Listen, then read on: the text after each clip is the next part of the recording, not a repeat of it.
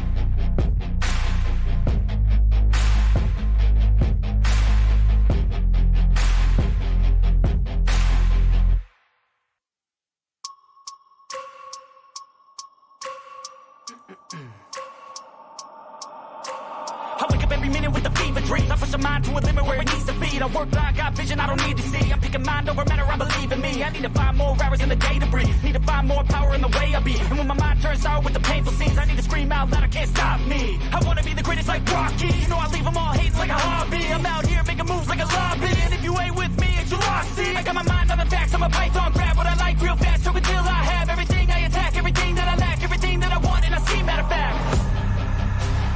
I'm my own worst enemy. Only if I let it be.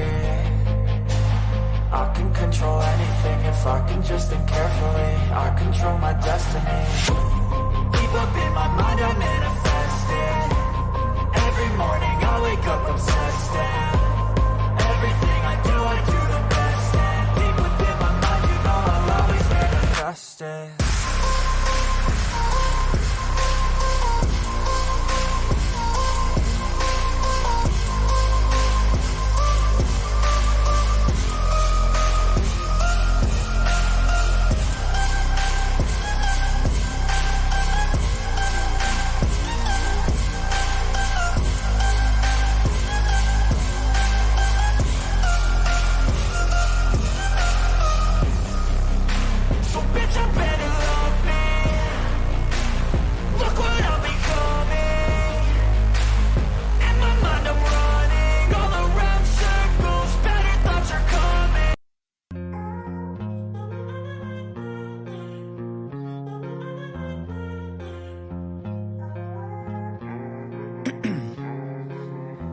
in my veins, I've been driving this train.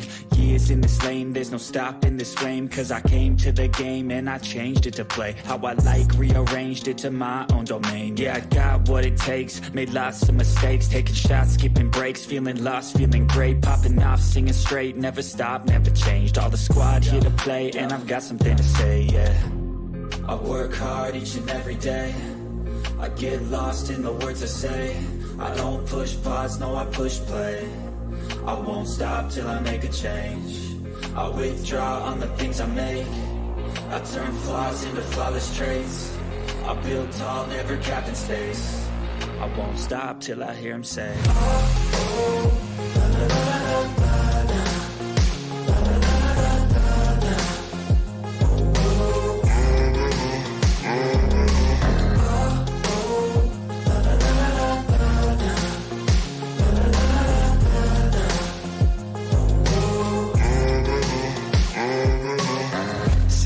man, I'm up again. I got tired eyes, need a cup of blend. That's right, in the AM, that's my only friend. No light, just the sun coming up on the horizon. I lose track of time, yeah, I move fast and climb a new class divine, yeah, true passion shines. And I'm through passing time, I choose stacking dimes. You snooze half the time while I move passing by. I work hard each and every day, I get lost in the words I say. I don't push pause, no, I push play. I won't stop till I make a change. I withdraw on the things I make. I turn flaws into flawless traits. I build tall, never capped in space. I won't stop till I hear him say,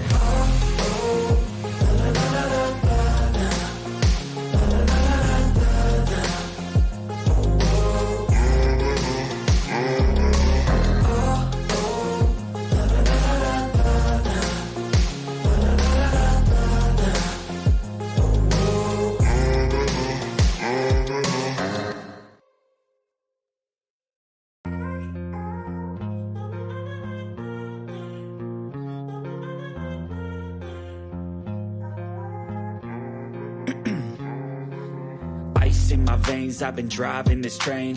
Years in this lane, there's no stopping this flame. Cause I came to the game and I changed it to play how I like, rearranged it to my own domain. Yeah, I got what it takes, made lots of mistakes, taking shots, skipping breaks, feeling lost, feeling great, popping off, singing straight, never stopped, never changed. All the squad here to play and I've got something to say, yeah. I work hard each and every day, I get lost in the words I say. I don't push pause, no, I push play. I won't stop till I make a change. I withdraw on the things I make. I turn flaws into flawless traits. I build tall, never capped in space. I won't stop till I hear him say,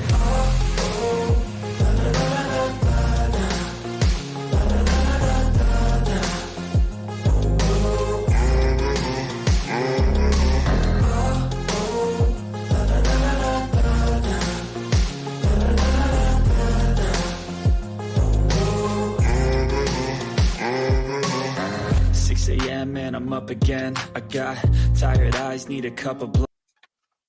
Yes, good people. Big up to all of you. I appreciate you all finding the time once again to join me on the show this particular morning, this particular edition of the Blue Morning Show, where we talk about a lot of, you can say not a lot. We have a few items lined up to address, but chances are we'll talk a lot about those little items. And chances are as the show progresses, some news will emerge, and be rest assured, if that happens, this will be one of the first places you'll hear about them. We have about, let's say, at least 1 hour 30 minutes to get through with the items we have lined up, and maybe take your questions. But once again, more importantly, happy Easter to those of you. It's past already, belated, and then I'm quite sure a lot of you have been fooled by the reports of flying around that Mauricio Pochettino has been sacked. And if you're one of those that wanted him sacked, once you see that, you start celebrating, not knowing that today is April the 1st, 2024. But that's by the way, people. Keep dropping the likes on the stream. The likes do go a long way. Without wasting much of your time, sit back, relax, and let's get into the show.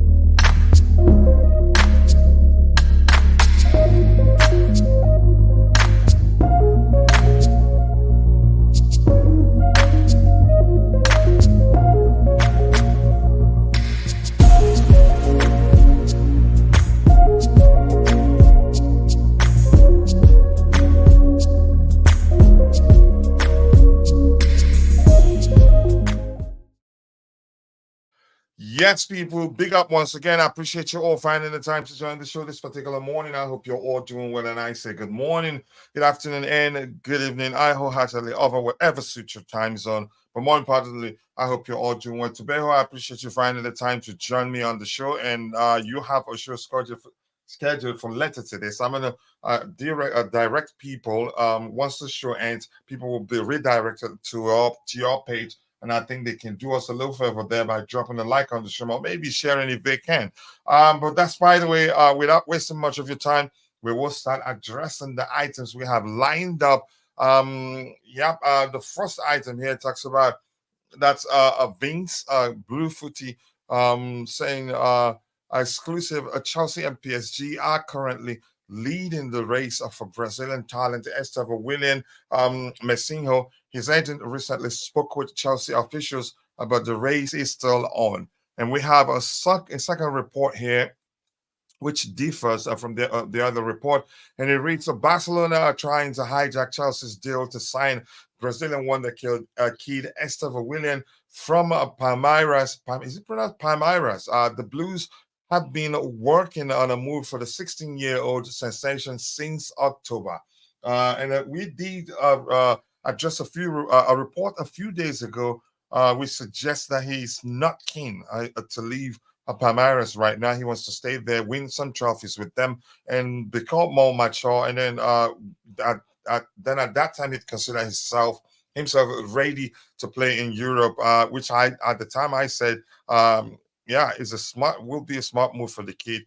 I'm not too sure what to make of it. I think our priority should be to balance our squad, and once we do that, then we can start looking at signing some of the brightest talents in world football. I think we have a lot of them within our ranks right now. Before I get to Beho's opinion, let's see what we have in the chat because we keep it interactive here. Let's say hello to those of them. Namaya Fawale, I appreciate you finding the time to join the show. I've seen that particular report. I'm not sure what to make of it. Let's say, anyway, I heard that. And Jude, I appreciate you finding the time to join the show this particular morning. He's saying, good morning, coach, and everyone. Breaking news, yeah. Coach resigned 5 minutes ago. Yep, April Fool to you too, bro. But much love. Nice to see you. I appreciate you finding the time to join the show. Bob, Mr. Bob, thank you for joining. I hope you've subscribed already. And quickly before I go to Tobeho, I want to say for those of you who are watching, but for one reason or the other, you're not able to participate in the chat, just know that we appreciate you. But we want to ask you for one more favor, one tiny bitty favor, which is to take a second and drop a like on the stream for us. The likes do go a long way. And yes, we did promise a giveaway for the month of March for our followers, but we will do that this particular month in a few days. Tobeho, welcome to the show. I hope you're doing well. And Weezy, big up to you, brother.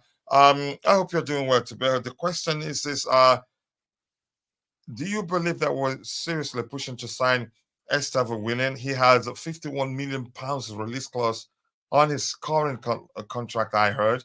I'm not against them signing the brightest young talent in world football, but I'm saying I think the priority right now should be to balance out the squad because if they've been paying attention, I think by now, if they're smart enough to realize we need to change things a bit. That doesn't mean that they will abandon the blueprint of their project, of the direction they want to go. It just means, we need to adjust things a bit to be on the correct path.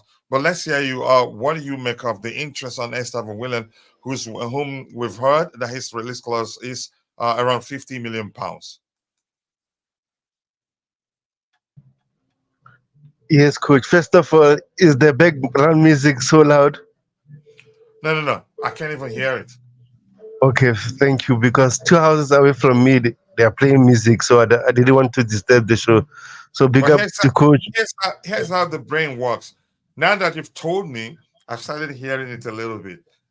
That's how the brain works. But if you didn't tell me, I wouldn't even know. But go ahead. Yeah, big up to the chat. Also, please subscribe to the channel, hit the like button. To be honest, coach, we have so many kids, and then we have so brilliant players in the development also. So for me, Wesley, it's not a good thing to sign another kid into the squad, right? So let's build, as you said, let's build what we have at the moment. fix what we have for the future for this club. At the moment, we are 12th on the log, and we need ready-made players. We don't need another potential players to move us forward, right? So overall, he's worth 60 million, which is a lot for me. I would rather buy another experienced player with a 60 million release clause, personally. So also, for a fact, I know Chelsea want him, but if the club want him, who can stop them, right? But hopefully, I pray that we don't sign him. We also have Omar Hutchinson who can play that role. We have not Gustavo, Kendrick Pius can play that role also. So why should we sign Estavao Willian? I don't think it's the right thing. Yeah, I don't think it's the right thing right now. And let's be clear, we're not saying, sorry about this, we're not saying that they should abandon the blueprint of their projects. We're saying just make a little bit of, or make a small adjustment to fix things, because otherwise the ship will sink. Sometimes you don't wait to get to your destination before you change things around. What you do is pay attention to ensure, do what you have to do to ensure that this ship is stable. And in this case, we need to sign more experienced players to balance things out, because the immediate future is critical. To the future we're trying to build for the club. Otherwise, we're going to have a lot of issues, in my opinion. But Jude, if you want to add something, add your 2 cents to this. But more importantly, thank you for finding the time to join the show this particular morning. What do you make about the club? I don't know whether I should say prioritizing signing the Estavao Willian or even pushing to sign him when we have other issues. I think they should prioritize signing more experienced players to balance out the squad. Maybe the case is that they are sorry about this. Maybe the case is that they're able to do all of them at the same time without having a lot of issues. Even at that, the immediate future should be of great concern to them. But let's hear you. Yeah, good morning, coach. Good morning, Good morning everyone. to you too, Jude. Yeah, good morning to you, Tobeho. Yeah, well, this comes to the reason why you see people protesting against the owners, even in France, and then people complaining in England. I think if it is true that they are interested, then it doesn't make any common sense, because the coach himself is complaining about lack of experience in the team, and it's very obvious. So instead of spending that money on one person, why don't you go look for a very experienced senior player, even if he's 28 or 30 years, that won't cost more than 30 million, and keep some change? Because it doesn't make any sense. You bring in another player for 60 million. Sometimes when I hear about, they want to sell somebody for profit and all that, I still have that fear that there's tendency for them to squander the money. Because when you see all these players, you hear them going after. So, for example, if you sell a Chalobah, if you sell what's his name, Gallagher as well, then what are you going to do with the money? Like, you are still intending to buy. You are still thinking of buying, and then you are going to buy kids when you also have kids in the academy. So it's annoying. I think they should look for a way to salvage the situation we are into. The situation we are into already is that we need people that can come in and make immediate impact. Yes, the team they've assembled is a team that can be very good over time, but we don't really have that time. The fans are losing patience. No matter how you try to tell the fans to exercise patience, you will have to also remember the fact that the owner had a choice to make better decisions, and they haven't made it. And if they are still doing things like this, it will anger the fans more. It will look like, I'm trying to give you a chance. I'm trying to be patient with you, but you are still doing the same thing you did to get us into trouble. Is what you are still doing over and over. So it doesn't make sense to me, though. And I hope most of those players they want to buy, I hope they are not really true, except for a striker. That is the only thing I think we need now. A goal scorer is the only thing. Yeah. And at the same time, let's be sensible here. Chances are we're overreacting. Chances are they're able to still sign these young players, and in the summer sign more experienced players to balance things out. Chances are the possibility is there. I don't know if you understand what I'm saying, Jude. Yeah, I understand, but that's why they should communicate. If it's true, they should communicate. Yeah. maybe I shouldn't be saying that we are overreacting, because yeah, we are protesting again in various ways. Some want to take placards and go to the game and boo the players. Some want to stand in front of the stadium with placards speaking their mind. But some, I think, some are going about it the wrong way, because saying clear Lake out won't solve anything. And if those that are doing that, if they're paying attention, they're here at least for 10 years. And they're the sort of people, they know the risk of owning a business. They know the sort of pressure that you can face for dealing with people like the fans. This is not their first rodeo. So you're just going to waste your time, and they still do what they're going to do, and you can't force them out. It's not like Barcelona, where you say, yeah, they will hold the elections, and then you vote and say this president is out or that. So I think we should know what we're doing, what we can do to impact a change, and what we can do that will be seen as we're just being destructive. But that's why my point is, being sensible, we must realize that there's a chance that they have plans to sign more experienced players in the summer. At the same time, still, they don't want to stop signing the young players as they're doing, because that's the blueprint of the current project, in my opinion. But it's important we show that we're concerned, but in a manner that won't come across as they're being challenged. But because if they see it that way, they still do what they want to do and wouldn't care much about what we're saying if we're doing it in a destructive manner, in my opinion. So let's see. Hello to you, to Constantine Dante. Nice to see you, brother. I appreciate you finding the time to join the show this particular morning. And we have DJ, big up Coachella and Tabejo. Nice to see you, DJ. I appreciate you finding the time to join the show this particular morning, bro. And Conor Gallagher has a passion for Chelsea, and we should not sell him. There are other reasons why, whether the manager wants him to stay or not, whether, again, it depends. And I've made my opinion clear. If selling him means we'll be healthy financially, yeah. Just give me 1 second, guys. Just give me 1 second. Tabeo, you can get ahead and talk. Let me check something. Okay, no problem. So in terms of Conor Gallagher, I think we have to be careful, right? And then Coachella mentioned something, I think it was yesterday or 2 days before. He said Chelsea might be on the edge in terms of the FFP issues, right? So I think the club might use the sale of Conor Gallagher or a potential academy player who's a pure profit in order to help us out to settle our debt and then move forward. Maybe also buy a better player as soon as this laying around charges. At the moment, they won't charge us until we sell players until the 30th of June. So overall, I think we should be careful what we wish for Chelsea fans. Like, for example, I always say this, under Roman Abramovich, we saw so many potential academy players. McGahey, Tomori, you name them. Tammy Abraham, you name them. In order to balance our books, to move forward, so that our club can move successfully, smoothly, and everything. So, what is your take on that? I'm not sure with Eddie or who. Okay, sorry, but then we were not in the trenches. That's one, and now you're in the trenches. If we have to sell, right? It's not. If we have to sell to salvage our situation, well, we don't have an option. But then, who are you selling? That's one. How key is the person? Because we are still down now. Then two, the rumor flying around that you still want to go buy some kid with 60 million.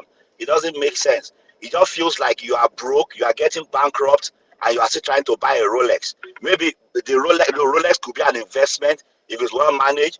But if your idea about Rolex is to go out in a fanciful manner, then it doesn't make sense. So I think that we hearing this kind of things that they are going after those young players is not encouraging at the moment, because to me, we don't need those. Those are not what we need now. The guy from Roma, we're going to get him for almost less than 20 million. That the Argentine guy, the midfielder, what's that his name? I've forgotten. Okay, Dybala or Dybala. I don't know how to pronounce his name. But You could look for players like that if you need experience, and not a kid for 60 million. That's my And here's opinion. something you said. I think we should be cautious. We should be cautious with what we do. We should do whatever we do. Again, we should. You can say what language? Apply our method of protest cautiously, and that's because you said something that makes sense. If we're to believe the rumors, because right now chances are it's absolute horse junk, but because it's out there, it's our job as content creators to discuss it, or maybe let me say dissect, analyze, and then come to a sensible conclusion. Chances are we're not even interested in signing the kid. Let's just leave it at that until it happens. And let's also realize the chances are they have a plan in place to sign more experienced players in the summer to balance things out. Yeah, and they're still able to do that and could still sign and will still continue signing some of the brightest talents in world football. So we must be cautious. We must trade cautiously and not just jump to conclusions, but it's important that we talk about it. Nice to see you. I've seen that. Let's see. My opinion is that if it means that, yeah, we stay financially healthy, let's do it. But like Jude said, if at the same time we're planning on selling him and then going for Rolex, I like that analogy, by the way, then it just doesn't make sense. So which means that argument in itself tells me maybe the rumor actually it's absolute nonsense because it just doesn't make sense. Big up to you too, Willie Bless. Nice to see you. I appreciate you finding the time to join the show. And we have Reece. Reece, nice to see you, Coach. We're just buying kids and it's annoying me. Poch, not the problem. The problem is from the owners and the sporting directors. We need experienced players to join with this young sport. Heston, that's let's be careful. One more time, I'm going to keep saying that. Let's say this. If you're saying it's not the, let me see what you said there again. The problem is from the owners and the sporting directors. Yeah, because the owners will be the one that say, we want this, here's the direction we want to go. So find us some of the brightest young talents in world football. They're also the one that would say, you know what, we need more experience to balance things out. But you could also argue that the directors, they know football more than the owners. And they should be telling them, look, if we want to start performing immediately or as soon as the summer, we should look at signing more experienced players to balance things out because they understand football. So it's difficult to say, to point at a particular problem and say that that's strictly the reason why we are where we are today, if that makes sense. But let's just be cautious and not just jump to conclusions. Let's see. Okay, keep dropping the likes on the stream, people. Hi to you too. Pepperoni, I appreciate you finding the time to join the show this particular morning. I like your name, by the way. Anything else here? We need to secure buying Osimhen. It's not going to be easy, but rumors are that he's actually agreed personal terms with us. But it remains to be seen whether that's the case or not. I keep dropping the likes on the stream, people. And let me say this quickly. You have every right to have a good conversation with a fellow community member. But if you want us to address or whatever comment you have in the chat, it's important that you keep the topic aligned. But go away. Go ahead. Discuss whatever topic you want with a community member there. But if I see it and see that it's not aligned with the current topic, I will skip it. Believing that, yeah, you're having a good conversation with a fellow community member there. The owners need to know the fact that we need experienced players. And I think by now they should know. They should know that we lack leadership and experience because there are some experienced players that cannot lead. They just do what experienced players do, know what to do at the right time given their experience. But leadership is a different matter altogether. We lack leadership. You could argue in some areas we even lack character. So I think they should know by now. And it just doesn't make sense if anybody argues that they want the club to fail. I don't think that's the case. They have a lot of people to answer to. And I'm sure by now, most of us, we've learned that they have people that, again, if things go wrong, they have to explain to them what happened to their money. And so it's sometimes disingenuous to just come spewing nonsense or saying they want the club to fail. It just doesn't make any sort of sense. And Constantine Danja is saying, we are building for the future. We don't need 30-year-olds like Dybala.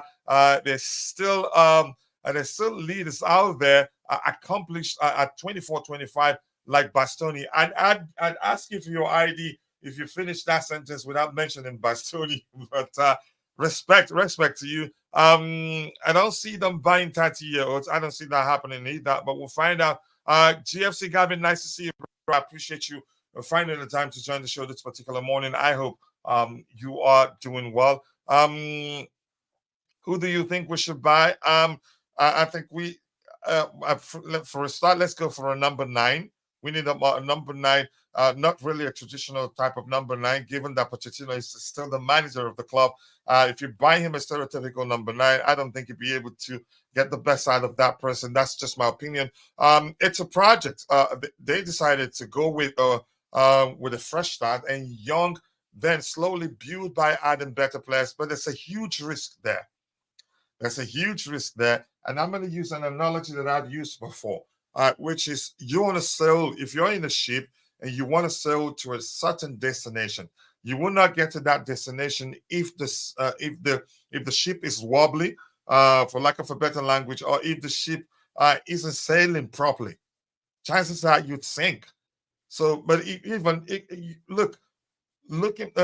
stabilizing the ship, there's nothing wrong in there, and we can, in this case, we can stabilize the ship by signing more experienced players, and then once the ship is stable, you can gradually sail to where you want to go, if that makes sense. And you're right, there are 24, 25-year-olds who's garnered enough experience that if you can sign them in certain strategic positions, they can help stabilize the ship, and then we can sail to wherever we're going to go, if that makes sense. But I appreciate that. Big up to you too, Bobby. Nice to see you. Shouldn't the owners have known we needed experience before they put together this team? I think somebody that understands football advised them to go, you could say, to do things the way they're doing things right now.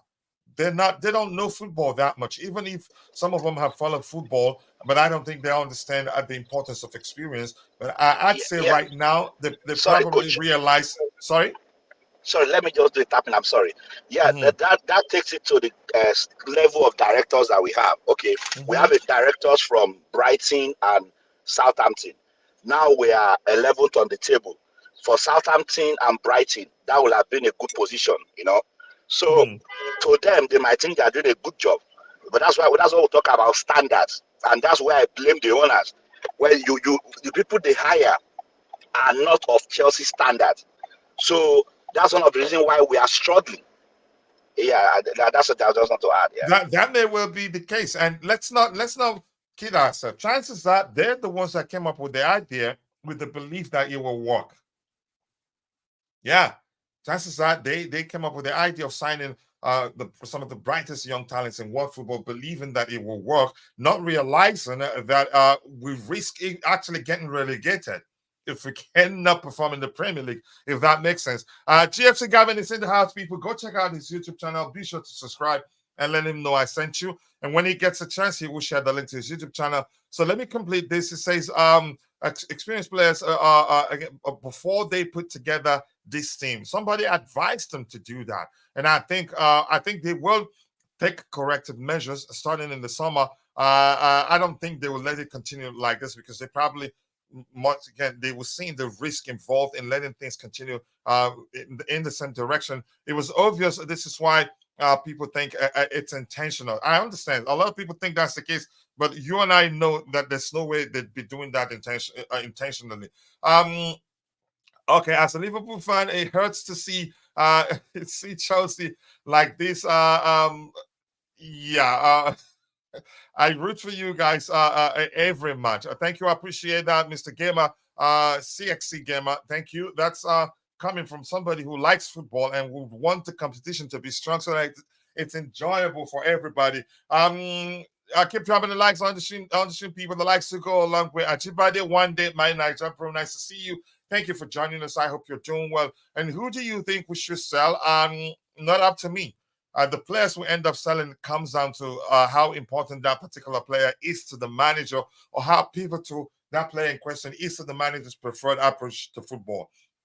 But certainly, it looks like Ian Matson, I don't think is coming back. It will take a change of manager, maybe if we, again, which I don't think will happen anytime soon. If we change manager and then the incoming manager thinks like, yeah, he and feels like he wants to work with Ian Martin, then he stayed. But certainly, if Pochettino remains the manager, he will most definitely leave. And it wouldn't make sense that after, given how well he's doing at Dortmund, they'd send him back to Chelsea, and given the fact that he will cost just around £35 million.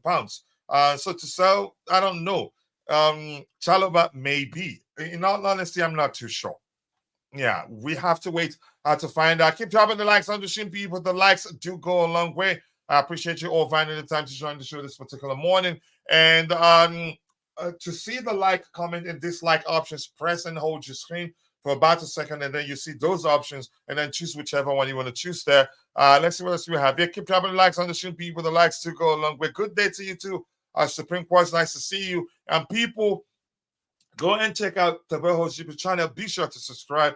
Let's help him get to 1,000 subscribers as soon as possible. And more importantly, please, he has a show scheduled that will come in. I'm not sure what time after the Blue Morning Show. Go check it out. Drop a like for him there. Let's help him garner more people to watch, to follow the show when it comes on, and also to garner more likes. Let's see what else we have here.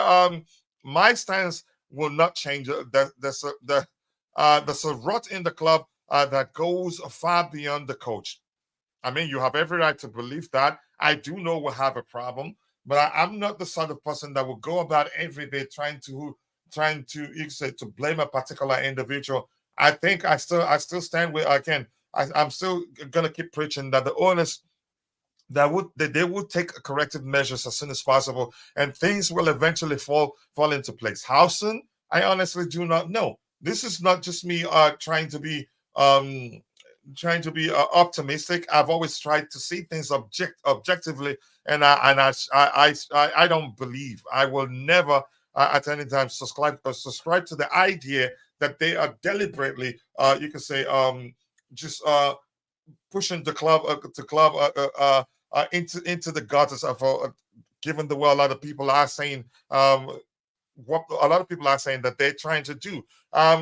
Chelsea content creators would have backed this naive idea of a sugar youth team because they get clicks from activities in the transfer market.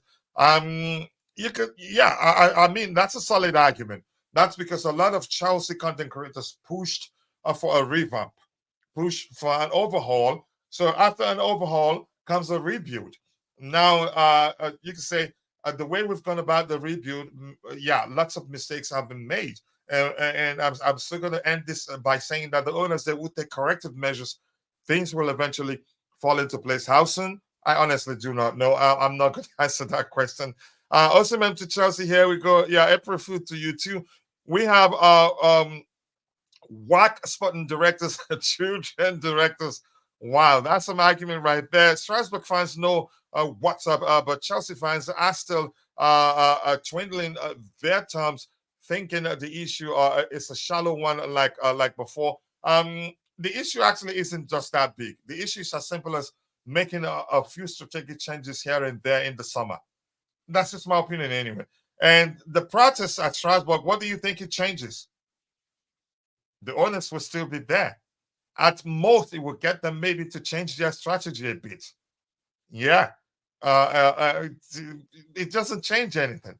Let's see. Big up to you too, Rich Moneymakers. Nice to see you. Appreciate you finding the time to join the show this particular morning, and I do hope you're doing well. I'm enjoying. Yep, enjoy it. Quite enjoy it. Enjoy it alone. Don't share with me. Why do Strasbourg fans get it and us don't? People don't get that. We could become QPR. I don't think we'll become QPR. I think we will get back to where we used to be. In my opinion, I think in some cases you could argue that we're just overreacting. In my opinion, and if you think I'm wrong, pay attention to some of those content creators. Go watch some of their videos in our first game, a few games this season where we've won and won convincingly. You'd see some of them screaming that we're back.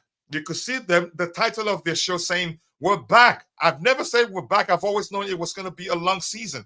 But once we lose the game, you'd see the same content creators screaming, fire the manager, fire the directors and all that. Those that celebrated all signing Casado and all the players were signed. So it's like you could argue they were just overreacting in my opinion. Things will eventually fall back into place, and yeah, Chelsea will become Chelsea again. We will get there. In my opinion, that protest, if anything, changes their strategy a bit, but the owners will still be here for at least 10 years. That's why, in all honesty, the clear leg out nonsense, it won't even move a needle.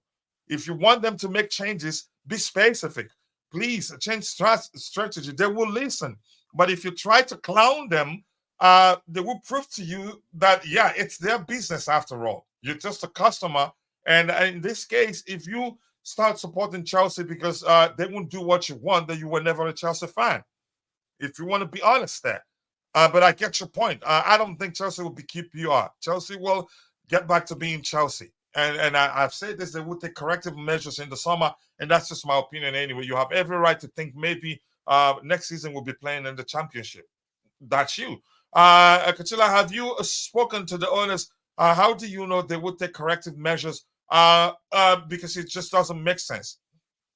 It just doesn't make sense that they will be watching things go this direction and things without, again, and they be seeing clearly that things aren't working out, and they will continue in that direction, knowing that relegation is a possibility.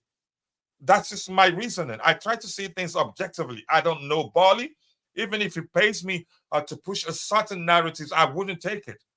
Money isn't my issue. If you understand, so that's me. You have every right to think, yeah, they're gonna sink the club. That's you. But again, soon we'll find out who's wrong and who's right. Nobody speaks with him. I don't think any of the content creators speaks with them, or the so-called PR that we see every day. People preaching that they're paying people to push some certain narratives. In some cases, when you see the so-called narrative that they've been paid to push, you know that it's absolute nonsense, in my opinion. Big up to you too, Rich Moneymakers. Nice to see you. Big up, Keisha. Nice to see you. I hope you're doing well. Yeah, they have every right to protest. That's again, but that's besides my argument here. The Strasbourg fans are actually about action, unlike the fake Chelsea fans. Yeah, and when I hear Chelsea fans talk about the nonsense that they're saying, say nonsense that they're saying right now, the question is, what did you guys do when the government were pushing Roman, and the club could have gotten into a lot of troubles at the time? None of them did things that they're pushing for the fans to do right now. And one thing is, listen, one thing that politicians fear the most is the constituents, their constituents turning against them. But they didn't do much at the time. Even they weren't even smart enough to turn up to the you can say representatives or whatever term they use for it in the UK and pressure them not to even start to at the time to push them to stop punishing the club, even if they want the club, because the club was actually being targeted as if Roman Abramovich is the club at the time. They did nothing to stop whatever happened at the time to happen. But right now, these guys have bought the club, and in my opinion, doing all they can to make us one of the biggest clubs in world football. And I'm still saying, will Loki has the best owners in football? Have they done everything correctly? I'd say no. But we're being disingenuous here. We're just showing we don't. It's infuriating actually to see those that did nothing when they should have done something, because politicians, they fear a lot about losing votes. They could have pressured them to actually not to do some of the things they did to us at the time, but they did. Some of them will come up with the excuses mentioning COVID and all that nonsense.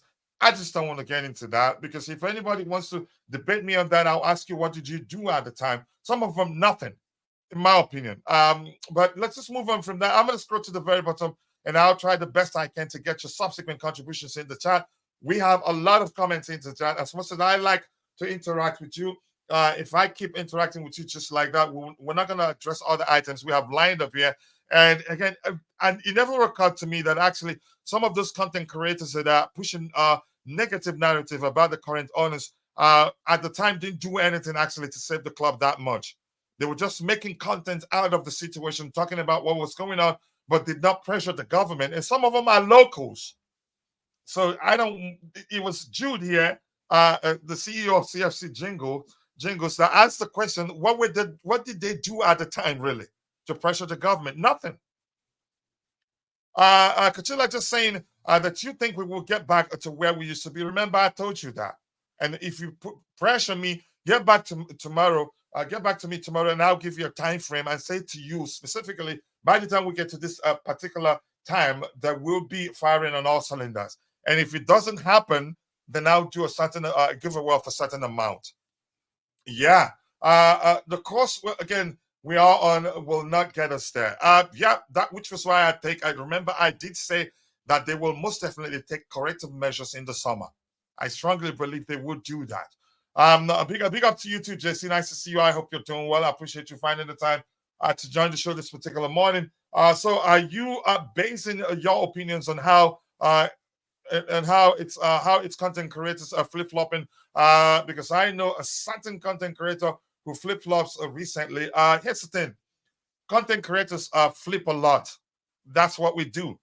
But I'm saying mainly those that were screaming, Chelsea are back when we drew 4-4 against Manchester City, for instance. I think it was 1-1 against Liverpool for the season opener. And some other games, you'd see them today saying Chelsea are back. Then tomorrow, you see their title with Chelsea are finished. It's just that sort of person, content creator, I would say don't follow them because they're never objective. I've always told you guys since the start of the season that I'm not sure where we're going to finish. That's because I realized that from earlier on, we have an entirely new squad, a very inexperienced squad, and that, yeah, it would be a long season. How long at the time, I didn't know. But I just know we'll still make progress. And the only thing I've refused to say is that here's where I think we're going to finish in the table. So if you're paying attention, I'm not one of those that I've never at any time said we've arrived. If anything, I've said, okay, certain games that I'm sure we're going to win at certain games. Some I would say, I don't know what's going to happen. I have always preached the Charity FC is well and truly in existence. If you've been paying attention, yeah, a lot of content creators are flip-flop. That's what we do. Even when you try to be objective, sometimes, yeah, you wouldn't even know when you start flip-flopping. Because sometimes when the focus is to get clicks, you flip-flop a lot. Just telling people what they want to hear. But I'm not into that. I give you my opinion. You give me yours. We debate. We try to come to a sensible conclusion. That's what we do here on Chelsea Perspective. And I'm quite sure by now you know that, Supreme Court.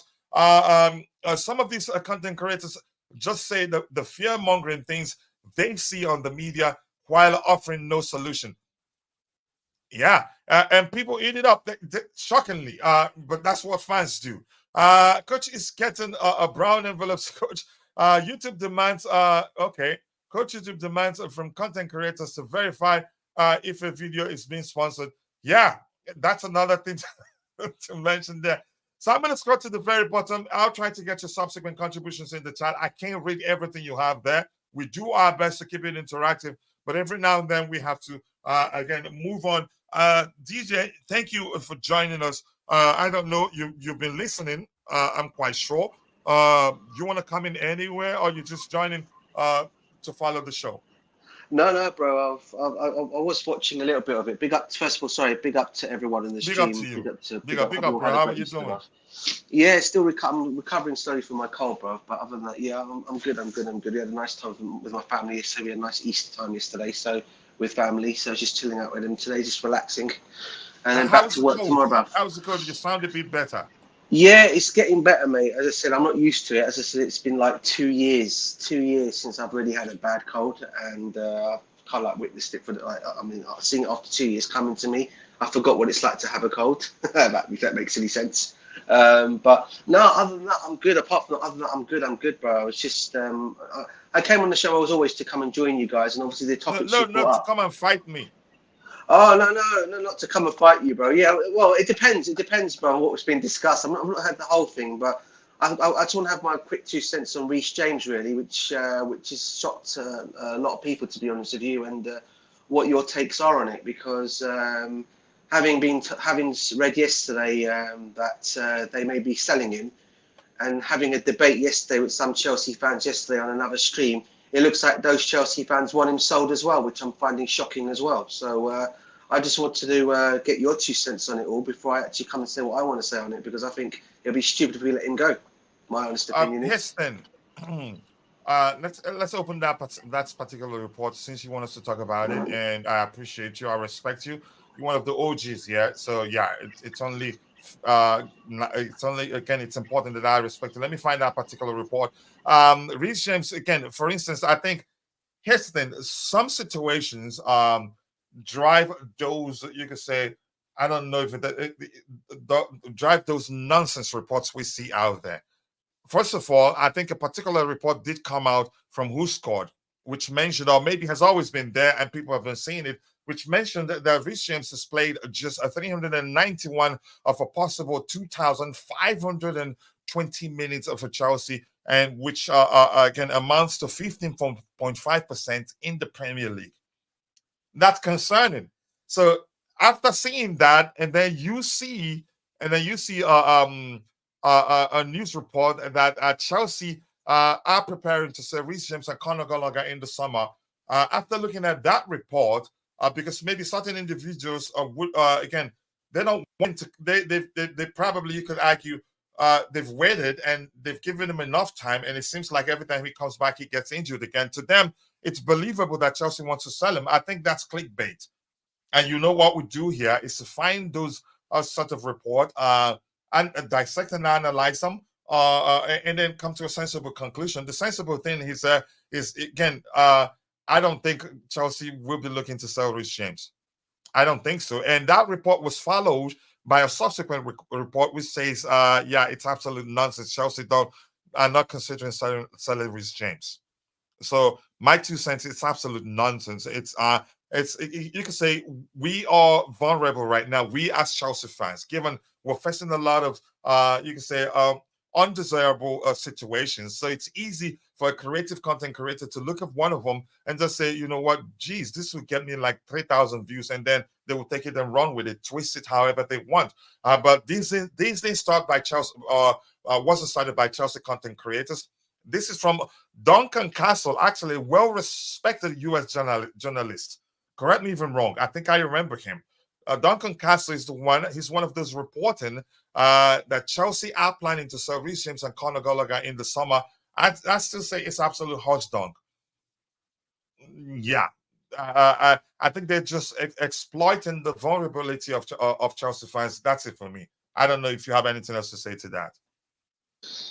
Yeah, I was going to say, because it was you mentioned the report that mentioned it, and yeah, I was going to mention Duncan Castles, because he's the one who actually came out and said that. And then I know Ben Jacobs came out straight after that, I think an hour or 2 hours later, to say that Chelsea won't even sell Reece James for even 100 million, let alone sell him at all.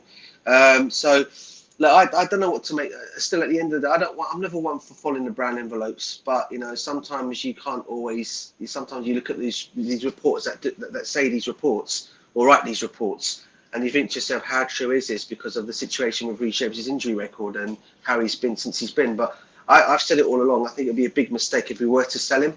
I think it would be stupid. You know, just like I say with Conor Gallagher, because obviously there are Chelsea academy boys. Obviously, there's one way of making money for the football club, which I think is the wrong way about it. There's other players that can go before that, for me personally. But that was my only worry and concern about it, because as I said, I had a big debate on another stream yesterday with other Chelsea fans regarding Reece James, and I couldn't believe some of the things that were coming out from them, saying that he needs to go, he needs to be sold. I'm like, what are you guys talking about? You know, yes, fans. First of all, fans will always be fans. And listen, let's be honest. Just everything we hear, just in my opinion, to me, they're all rumors, all speculations until I see them happen. Remember, a lot of people were certain that Conor Gallagher was going to be sold in January, and I told people, look, it's not happening. Beyond January, I'm not. Right, because it's a contract situation comes into play, and but what I wanted to say more importantly is this: every Chelsea rumor you see out there, take your time to look at them one by one. You'd see that each of them is driven by one of the situations we're facing as a club. Conor Gallagher's departure is driven. Conor Gallagher departure rumors are driven by the fact that the Chelsea could be facing some sort of, you can say, undesirable financial situation. So it's easy to believe.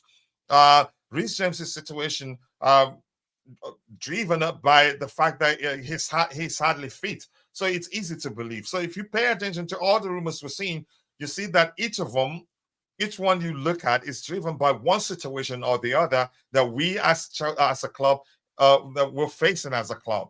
So don't just soak up everything you see out there. And I've always advised people, take your time, dissect and analyze whatever you hear, and then come to a sensible conclusion. Even Conor Gallagher, I get it. Now the possibility of him leaving the club has increased because his contract situation comes into play. But I'm just going to leave it at that. Let's bring in Bobby. I know he's been listening. We can start by asking him what he makes of the news or the rumors. Even though I used to trust Duncan Castle, especially when he at the time when the news is about Christian Pulisic, because he's a U.S. He's a U.S. based journalist. Correct me if I'm wrong. But I want to hear from you, Bobby. What do you make of the news? Honestly, Coach, big up, But guys. big up to you, more DJ, Big up, importantly. Bobby. Big up, brother. Coach, Mhm. record it, put a date on it, a time stamp on it, and I will boldly come out and tell you it is absolute, total, and complete nonsense. Mhm. You've said it yourself. These stories are peddled by people like that Duncan Castle. I don't know who he is. You might do, but it can't be that great because we don't really know him in this country. Um, they push crap. They love scandalizing Chelsea. That's been going on for a while. But what's happening now is that because we're in a rebuild, in a developmental situation, those fans, the true supporters, as I call them, are calling it out and just speaking out against it. It's absolute crap. It's like these people on X posting old photographs of misinformed Strasbourg so-called ultras demonstrating against Blueco, the company that came and saved their sorry ass from the financial position they were in. Without Blueco, they probably wouldn't even be able to exist as a club. So all this demonstrating is just misinformation, ill-informed, and stupid pride. Trying to pretend they're prime time Real Madrid, when they're not. They were facing a possible liquidation, not to mention relegation, and Blueco came in and pumped in cash, pumped in players, and they're demonstrating. You see, a lot of these fans are so, let me not use insultive terms, but let me just say that when people act in unintelligent ways, it becomes silly. It just becomes so silly, childish even. you know oh, Chelsea are gonna I was on a platform, I think last night, with Roger and Mitchy Boy's platform, and there was a Liverpool fan that came on, and you can see what sort of drives some of these Chelsea scandals. The guy was desperate. He thought he was talking to a bunch of kids, so he was desperate to try and. Oh, aren't you worried? Aren't you worried that Chelsea's going to get a points deduction, or they can't? That they need money for just pushing the usual garbage that is so untrue, and indeed is driven by some of these rival fan bases quite a bit. But this guy, at least he had the decency to say what team he supports, to stick by his colours, and continue his nonsense. In the end, Mitchy Boy actually got upset because me and Roger were enjoying toying with him because he was just talking crap, and Mitchy Boy got upset and just cut him off. So, this is the part of the fan base, the whole supportership, for want of a better word. around Chelsea that needs cleaning up. You know, we like to create these tensions. Everybody knows that Reece James, when he's fit, is a world-class player. And I'll even go as far as to say that when he's fit, he's Chelsea's best player. This goes without saying. Everybody knows, and all these rival fans and their media are terrified to this day, you know, because of Chelsea having all these problems and things. They are terrified of Chelsea still because they can see Chelsea's future with these kids. We have so many young, talented players. They know more than the Chelsea fans themselves that what has impeded Chelsea are the injuries. And that if any of these injuries dare come back and sustain a certain level of fitness next season, you're talking of an entirely different situation, entirely different team. If Reece James comes back and manages to sustain a level of fitness, even without the other injured players, he's so influential. We all know this. So what do? Target those big players that you know Chelsea have. They're scared of us. They always have been. They always have been. That's why Chelsea Football Club can play games and the Football Association use officials in a game to inhibit Chelsea. That's why Chelsea Football Club is perhaps the only club I can think of in history that has been inhibited by their own government. Imagine that. The sentiment and fear of this club becoming successful, especially by the old guard, if you want to use that term, is real. It's huge. And so they push all these things, all these silly narratives, wishful thinking, if you like. And sometimes they think that, oh, if we push hard enough, this could come a reality. It's not happening. They're not stupid. Blueco didn't invest £1 billion into players to start dismantling the team. They didn't do that.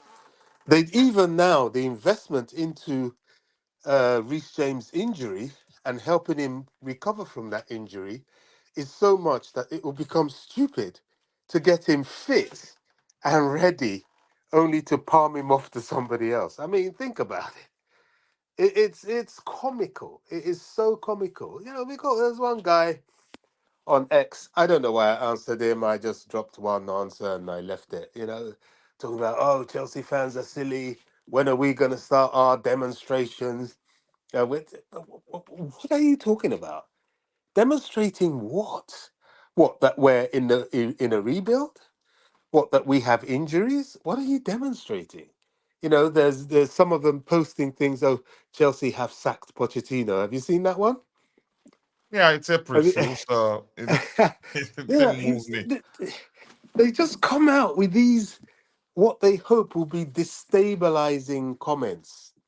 It doesn't work with me, doesn't work with the majority of the real fans, and it's exposed for what it truly is, which is absolute nonsense. All right, thank you. Let me let you go. Give those in the chat the microphone before we move on. We have other items lined up to talk about here. We've talked about Estavao Willian. One more item here. Let's see. James is not going anywhere, especially with a surgically repaired hamstring finally. But if that doesn't work, then the team comes first. And again, I wouldn't even bother myself whether he stays or goes. It's up to the owners to decide, but I think he stays. It's not at the age. It's not that old. It's not. This is not the sort of situation where you say he can never overcome that. I get it. Availability is the best ability, but I don't think the club would consider selling James. It's a clever strategy to put out a certain news in a very tense environment to get people talking. I want the quick. I want the quick react. One thing I want to say, I think sometimes the so-called PR that people see some content creators pushing narratives driven by their respective opinions, people just go, yeah, paid by the club to do that. I don't think so. I don't believe it. I'm not into believing everything I see. I'm into taking my time to analyzing things, see which is driven up by certain issues, a certain issue that we're facing. I'm not into just seeing whatever a content creator puts out there, taking it and running with it. No, I have my own mind. I do take my time to analyze things. And here's the thing, we are fans will always be fans, and I don't expect us all to agree. But one thing I appreciate for some of those content creators, some of them don't have are not content creators, some of them on X, whether somebody disagrees with you, doesn't mean you shouldn't talk to the person. It is reflective of the fact that you're not open-minded. And I'm gonna say it as I feel it. Some content creators that are into blocking people because they say Poch out or because they say Clearlake out. You shouldn't be content creator. That's because you're there to just shove your opinion up the throats of people who doesn't whose opinions don't allow with yours. To be a content creator, you have to be open-minded, listen to people, they present their argument or maybe opinion, then you present your counter opinion. That's how conversations should go. And I think a lot of people try the best you can to respect other people's opinion. And the sooner we all realize that we will never all agree, even let's assume we've won 10 trophies under these owners, there will still be people who think, yeah, they've been lucky. We should have like 30 trophies by now. Yeah. So my point is, we will never all agree, and it's okay. We all don't agree. That's because our opinions differ. We all see things from different lenses. But I'm saying, don't cut out any Chelsea fan because they don't agree with you. Have a conversation with them.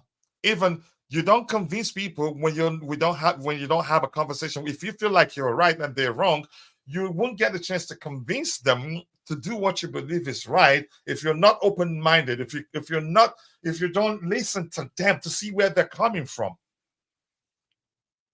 And I'm still going to say this, whether the person hears it or feel like I'm mad at them, I don't care. I've seen somebody call Chelsea fans that wants Pochettino out saying something to the effect of, it's like they are in a cult. I don't think that's okay. In my opinion, you can say, again, that certain sections of the Chelsea fans, they're not doing the right thing, but let's not get to the extent of name calling. In my opinion, we move on, and I don't think anybody have name called anybody right now from what I've heard. Let's see, what else do we have? You keep dropping the likes on the stream, people. The likes to go along good. Our sponsors have told our sporting directors that we have to improve in the Premier League and get back into Europe. And the points difference between those in the 6th, 7th place and us aren't actually that much. But we should start winning. Otherwise, we still have a chance of getting into 7th, 6th place, but we have to start winning right now. Do I think that will happen? I'm not too sure what's going to happen, really. Let's see what else we have here. Keep dropping the likes on the stream, people. The likes do go a long way. I appreciate you all finding the time to join the show. I'm going to scroll to the very bottom, and then I'll try to get your subsequent contributions in the chat. Saying I'm not sure. Well, okay, maybe having a conversation there. Gutter Frogs, nice to see you, and I appreciate you finding the time to join the show this particular morning. I hope you're doing well. And JC saying people should understand Bobby Fairview that it's insulting. Okay, that insulting others does not win arguments, bro. I say we should discuss the football and not the emotions. I think I appreciate that comment there. No matter what, even if you feel the person you're debating about our beloved club with, he's not saying he's not saying that he's wrong, I think you should find a respective way to respond. Just present your counter argument. And let's talk. We're discussing the club we love. And I get it. Emotions are high because we're not doing well. But at the same time, we should do that cautiously because there's a thin line between having an argument a thin line between having an argument and insulting someone when you're trying to present your opinion of a certain situation. I'm going to move to the very bottom, and then I'll try to get your subsequent contributions in the chat. I have no problem with the club. letting Gallagher leave. Listen, I've made my opinion clear. If he stays, fine by me. But if selling him means that we stay financially healthy, I wouldn't mind either. But do I think that's really the case right now? There's no way to tell what's really going on. Chances are he gets a contract and becomes one of the top earners at the club and stays. I just want my club to do well, more importantly. Vic, nice to see you. I hope you're doing well. I appreciate you finding the time to join the show this particular morning. I hope you're doing well. Reece James and Malo Gusto are great. We should keep them both, and I think we should. But there's no way to believe, again, to know what's going on, really. Chances are the report itself, it's absolute hot dung because it's driven by something is believable. And Chelsea fans, let's say, once a Chelsea fan who believes that Reece James should be sold because he's injury prone sees such report, they will take it and run with it and argue, it sounds that sounds like the truth.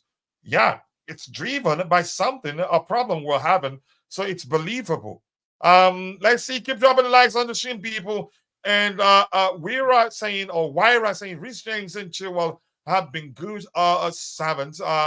If we can get 60 to 100 million for both of them, we cannot turn down that chance to reshuffle the squad. Let's see what the club does. For me, I don't think we're selling Reece James. To be more specific, Ben Chilwell, I'm not too sure what's going to happen.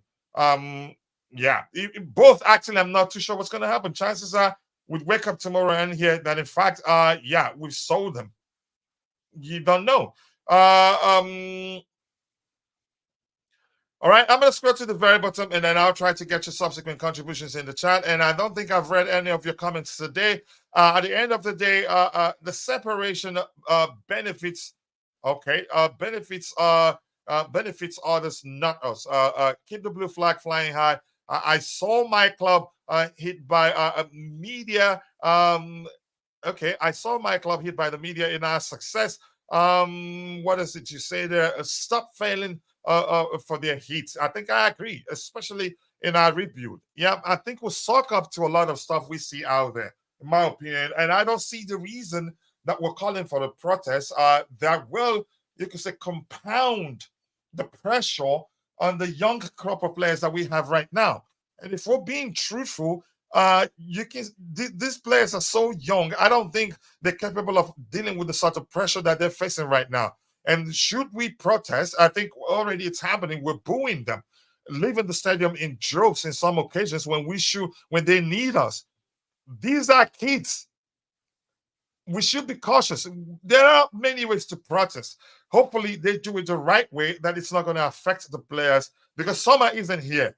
If we do a lot more damage to ourselves, we're not going to get a chance to fix it until the summer, if that makes sense.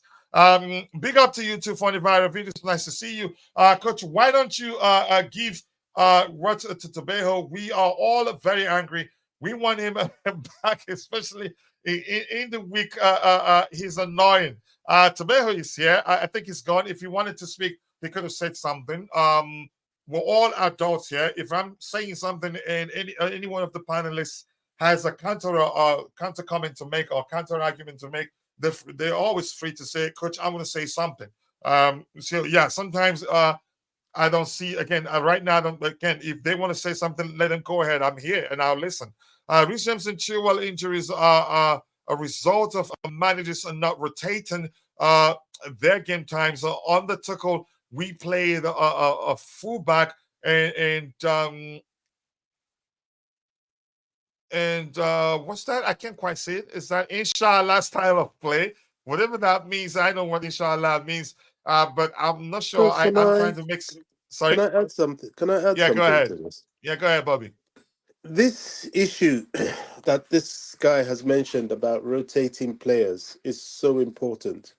Mm-hmm. The reason you have a squad is to be able to rotate. And yet again, the fan base, because of their favoured players, they tend to overlook this. I mean, this happened in the case of Modric. Now, I am not opposed to Modric starting games, certainly over Sterling. I think he should, and I think it will help his development. So let me get that in there. However, when Modric played against Leicester and he was stretching and cramping up, and Pochettino removed him, some fans complained. And this is the problem we have. You know, they complained quite vociferously. And this is the problem we have. We want to, on the one hand, not flog these players. On the other hand, because we want them playing game in, game out, we want to flog them. This is a young player. He plays with short, sharp bursts. That's the nature of his game. So he's somebody that could pick up muscle injuries if you're not careful how you manage him. And he needs to be rotated. All the forwards really do. You know, playing the days of playing forwards week in, week out has gone. Why? Because we're often playing 2 games a week, you know, in some extreme weeks, 3 games, as this week. I think we've played on Saturday, we've got Man United on Thursday, and then we've got Sheffield United on Saturday, or is it Sunday? So that's 3 games in a week. You have to rotate your squad. And this is modern football at the top level. You know, players are not going to be playing game in, game out. It's dangerous, especially in a club like Chelsea that was already suffered from horrendous injuries. So I just thought I'll get that in there because um, Modric is a case in point. Stretching, looking as if he was going to be pulling up with some sort of muscle injury, was taken off to spare him, and the fans started kicking off. This is why when I say we have to start to engage, think about what's going on. Don't just react with your emotions. Sometimes you need to look at the bigger picture and start to develop an understanding. It's like these people demonstrating in Strasbourg. Their memories are so short. Bluco came in for a reason. They were cash strapped. They came and saved their broke ass. They were cash strapped. They were heading for Ligue 2 in France.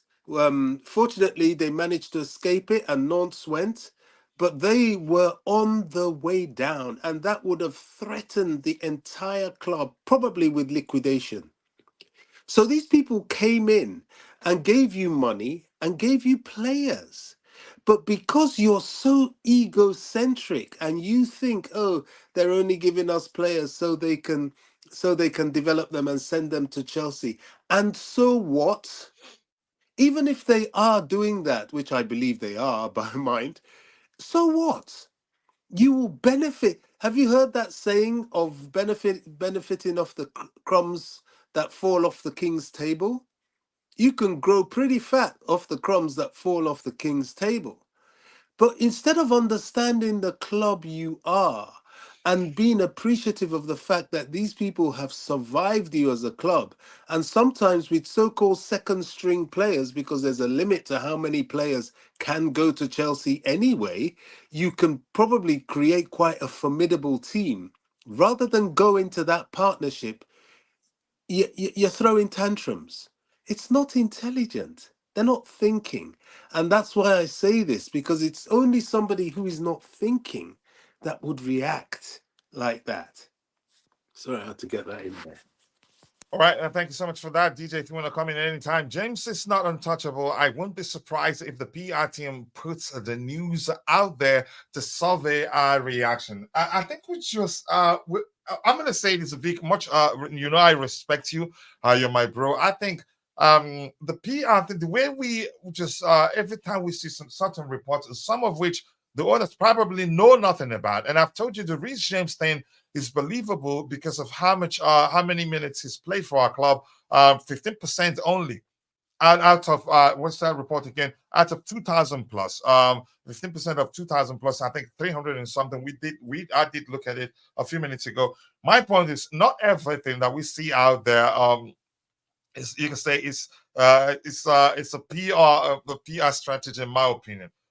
That's even in my opinion, I'd say there's not actually there's nothing out there that I've seen that comes across to me as a PR strategy, if that makes sense. For James, no, I don't think they want to sell him. because that rumor that we're considering to sell him in the summer was followed immediately by another report that refuted that. Yeah, and Reece James himself, I think, did say something a few hours later that he's here to stay. I don't know what else to say about it, but you're entitled to your opinion and to believe whatever you want to believe. He's asking me, Kachila, would you accept money for Reece James? I'd say no. Absolutely no, I would not do that. Why? Especially after he's gone under the knife to sort out the problem once and for all. Why sell him right now? At least I'd give him time to see whether what we or the surgery worked. Because sometimes when players go under the knife, they get the opportunity to solve the problem permanently, and then it never comes back. Exactly. Yeah, so Exactly. yeah, I'm not gonna look to sell him right now. No, that's just me. I've seen a lot of fans call for the club to sell him last season actually. Just cash in. No, you don't do that. We've made such mistake. We made such a mistake with Ian Robin, and chances are in a year or two we'll be saying we made the same mistake with Christian Pulisic. But in this case, he wanted to leave. The club didn't push to sell him. I'm quite sure the club wouldn't want to sell him because of what he represents. He's more than just a player for the club, given the US market and the fact that he sold a lot of shirts for the club. The only person that sold more shirts than him at the time was Leo Messi, specifically in the US. So if that makes sense, so he pushed to leave. That was why they let him go. I don't think we'd regret his departure in the future. But James, if we sell him, we will regret that in my opinion. And we can actually, even if we wanted to sell him now, I don't think we get enough money that we'll look back and say, yeah, we made a lot of money from selling him. But that's precisely the issue. Having a squad of kids in the okay, in the particular environment we have without a proper protection and guidance is basically feeding them to to a pack of wolves. I understand. I think Bobby is seeing something from a different angle here. I don't. I think he was talking about Strasbourg, being the club benefiting from the crop of some, you could say, with the some of the best young players we've acquired in what football that we've acquired. I don't think he means it the way I think you believe he meant it. But let's I move was on. talking about Strasbourg. Yeah, I Strasbourg, realized you were talking about Strasbourg. Yeah. they've benefited exponentially from the involvement of Blueco. Blueco has saved them from liquidation by a huge financial injection of money as well as players. They've had developments taking place with their club in terms of their training ground and future developments planned for the stadium itself. It can only be a good thing. It's quite arrogant for these people to turn around and start protesting, although I've got to say the protests were some months ago, but to start protesting when they forget the position they were in. Do you see what I'm saying? It's like you're broke. You've got a sorry broke ass. And some guy comes along and gives you money, gives your family money, sends people to come help you, and you turn around, you're protesting, oh, I'm a big Charlie. I'm too big for this, for these handouts you've given me. Really? Really, think about it. It's stupid. It just doesn't make any sense. And that's the point I'm making. Sometimes we have to step back and think, where are we now? What are we doing now? It's like Chelsea. We step back and think, well, where are we now? We're a club full of a load of kids at the moment and a load of injuries. So, of course, we're going to struggle. It's not going to change this season. We're in April now, and everything that's happened to date has shown us exactly where we are, and the byproduct of the problems we have. Now, can we do something about it in the summer? Yes, we can sell, we can replenish, and try and strengthen in the areas that are glaring that we need it, and get our injuries back. Have we benefited from this season? I would say we have. You know why? Because these youngsters have had a full season together. They've gone through difficulty, they've felt the Premier League, they've played with each other. They can only be better for it next season. Will they be ripping up trees? Not without help, but will they be better for it? 100%. Of course they will. And that's what the opposition fear. They see Chelsea's future, and we're not even looking at our future, and they're terrified of what this club is capable of doing. All right, thank you so much, DJ. If you have anything to add, I'll give you space in the beat. You wanna give me some? Go ahead, DJ. If you wanted to speak immediately, I'll give you time to No, speak. sorry, brother. I'll wait for you. So my missus was asking me something. That's what you heard on the voice. I'll Better talk answer. after, bro. Better go. I've answered. Don't worry. It's cool. Better It's do cool. that. It's all right. Go ahead, DJ. Go ahead if you want to speak now. No. I just want to just say, I think I get everything Bobby's saying, and I always agree with Bobby. It's always 100%. But I think the only reason why the Strasbourg fans have been the way they have been is because I think, Bobby, there's been no communication between them and with the owners and what Strasbourg's are going forward, what their plan is. And I think that's what the Chelsea Support Trust letter was all about. That there's been no communication between these owners and what's going on with our football club. And I think that's the reason why they're protesting, because of what's been going on. I don't think it's anything to do with the fact that they've not been saved. I think they're grateful for that. I think it's more to the fact that they've got they've been told, given no direction of where the football club is going, and seeing these players that are coming in. I think they're all 18 years old. Ours at this moment in time is under 25s, isn't it? I think theirs is not even under 23s. I think theirs is that are coming in there. And they're probably I think they just want to know what the situation is, where our direction. That's why the protests have been going on. I don't think it's anything bad against the owners. I think it's more to the fact that we need some communication because of where they're lying in the league. But I get what you're saying on your argument. But actually, that's the only reason why I think these Strasbourg fans are protesting, bro. That's it. And I think that's why the Chelsea Support Trust are doing the same thing. Understand that. I can understand that. If that's accurate, that makes sense. They want to know what the plan is for their club. But, I think someone needs to explain to them that sometimes it's not prudent to come out with a full blueprint, a published blueprint of the direction of your club, because then your rivals get to see and they get to know and they can damage it. Sometimes Wait, keeping your may I mouth ask shut. this actually, Bobby? Yeah. Blue Co, they're not the majority shareholder for Strasbourg. No, they're not. They're a minority. Well, I think they own, is it about 30-something%? Thereabout. They're a very, they're powerful shareholders, certainly in terms of the cash injection, but they're not the majority. So they're not the people to do all the talking. They've just come in and they've bolstered the club in ways that that the club desperately needed. But of course, human nature being what it is, when you're hurting, hurt people. And they're looking for a scapegoat, and Blue Coats just so happens to be the scapegoat because they're Americans, they've come in, they're money bags, and everybody's lashing out at them. But that's why I made the point about not thinking. They're looking for an explanation. One, it probably isn't Blue Coat to give them that explanation because they're not the majority shareholders. And two, sometimes it's better not to say too much, especially in the infancy of a process. Let the process speak for itself rather than you speak for the process. Do you see what I'm saying? Sometimes you can just run your mouth off too much. And all these media people and other rivals that don't have your best interest at heart will use it against you. And the issue of them recruiting young players, yes, they have had a lot from the Chelsea youth purchases, but because of the money put in by Blue Code, they were able to buy players in League 1. Quite a bit of their team are purchased.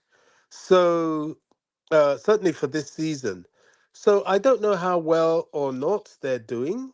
But if they're not doing well, then somebody needs to have a word with Patrick Vieira and find out what's going on there, because their team is not bad. There are not that many teams in the French league that player for player is better than them. PSG, perhaps Lyon, perhaps Lille, perhaps, but they're not too far off. So I don't know. I think it's just a lot of reactionary behavior. In my I'm going to opinion. say this quickly.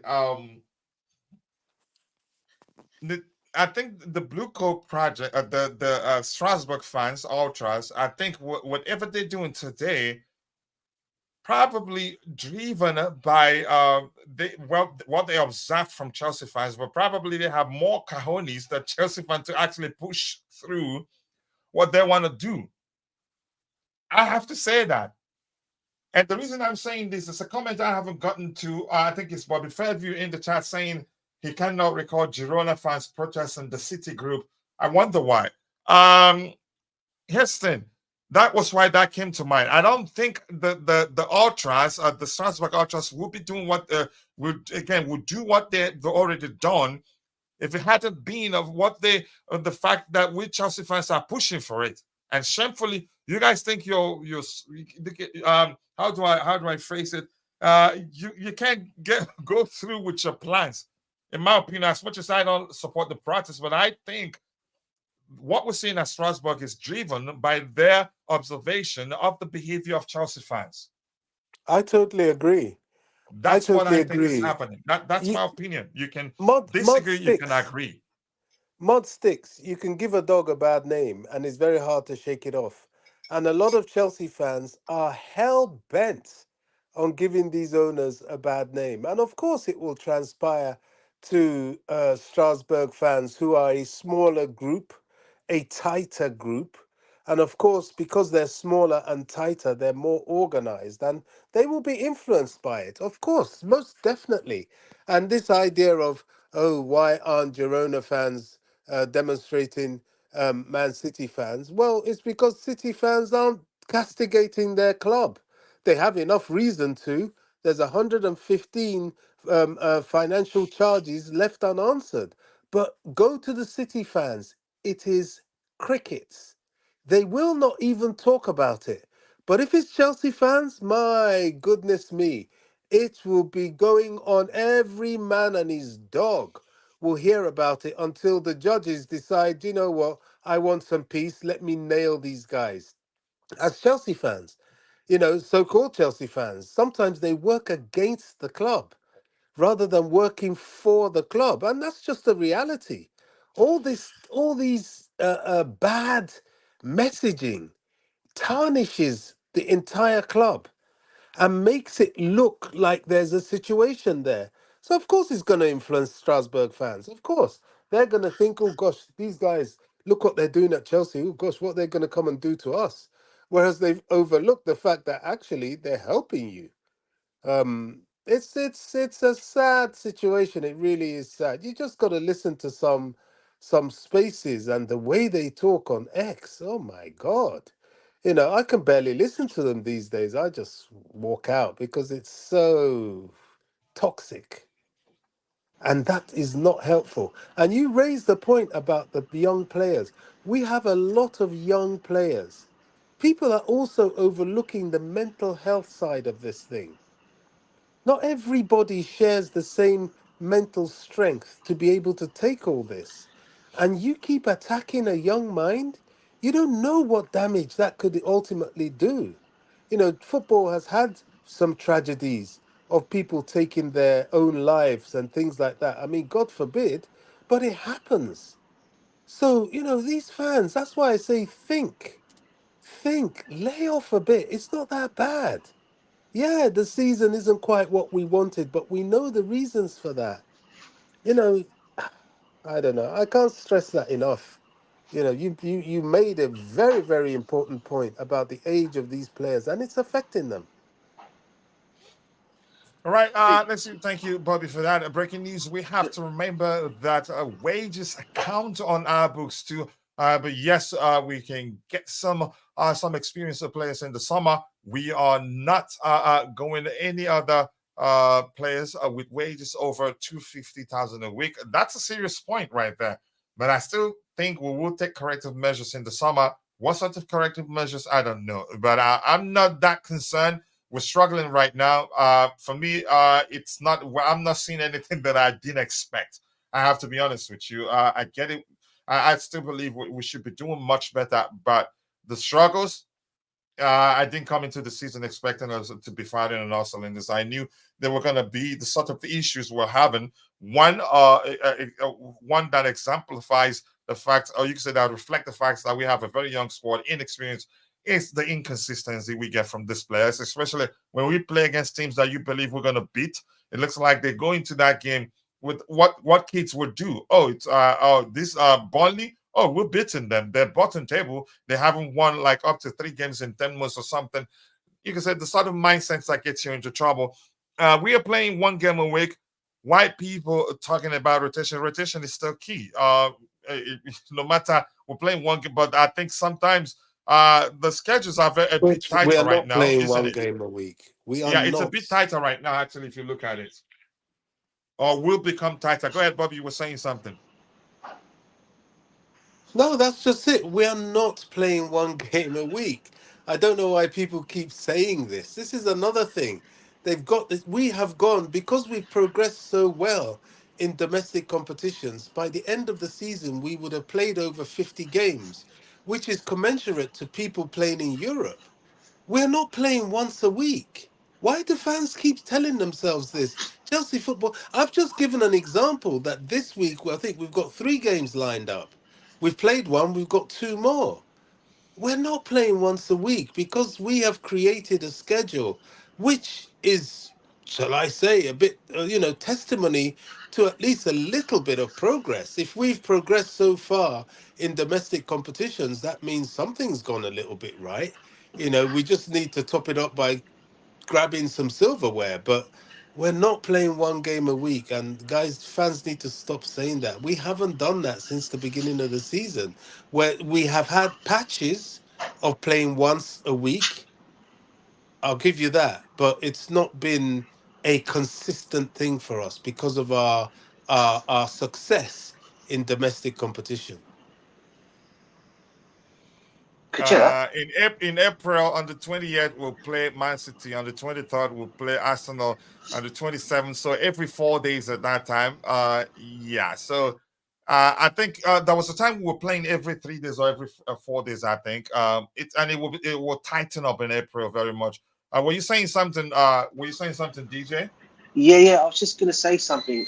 Just to interject, not interject or disagree with you and Bobby on the owners. I think you guys know how I feel about these owners at the moment. I personally don't have any trust in them until I see results happening with our football club. And I think seeing how things have gone for our last 2 seasons, I think this is one of the reasons why fans have shown a bit of concerns on what's going on, what they are actually doing, and why the supports trust have come out of what they've come out and said. Because at this moment in time, I get it takes a while. It's a project, it's a new thing. I get all that. I think it's the way these owners have gone about their business. I mean, obviously, they got rid of all our experienced players. They've gone and brought in players, one being a World Cup winner, thinking that they're going to resolve our issues when that's not the case. For me personally, I think you need to have experienced players around these players as well to actually start what you want to start. And I think it's not helping the fact that they're going and obviously people are saying about him being an ex-Spursy gaffer. Regardless of what people want to say about the scenario, we've got to accept the fact that Chelsea and Tottenham never like each other. They can't stand each other. And when you go and bring in a manager like Pochettino, obviously we had Potter before that, who was another big mistake. When you're bringing in, say you're going to address your mistakes that you made from your previous window, or whatever you want to call it, previous season, and then you go and bring in a Spurs gaffer to sort out our situation, it doesn't really go down well. And we've seen that so far. That's the thing why a lot of Chelsea fans have been the way they've been. And will continue to be the way because at the moment they're seeing no results. And I don't think it's about having immediate success straight away. I think the fans would understand if we're going to a direction where we need to be going into and seeing us making some progression. At the moment, I just feel we've regressed so much under these owners and under Pochettino and the Graham Potter at this moment in time. And the only reason why we've regressed is, as I said, you've gutted out our experienced players. You've gone and brought in other players that you think are going to come in and do that. And obviously people are going on about moaning about Caicedo, moaning about Enzo Fernandez in particular.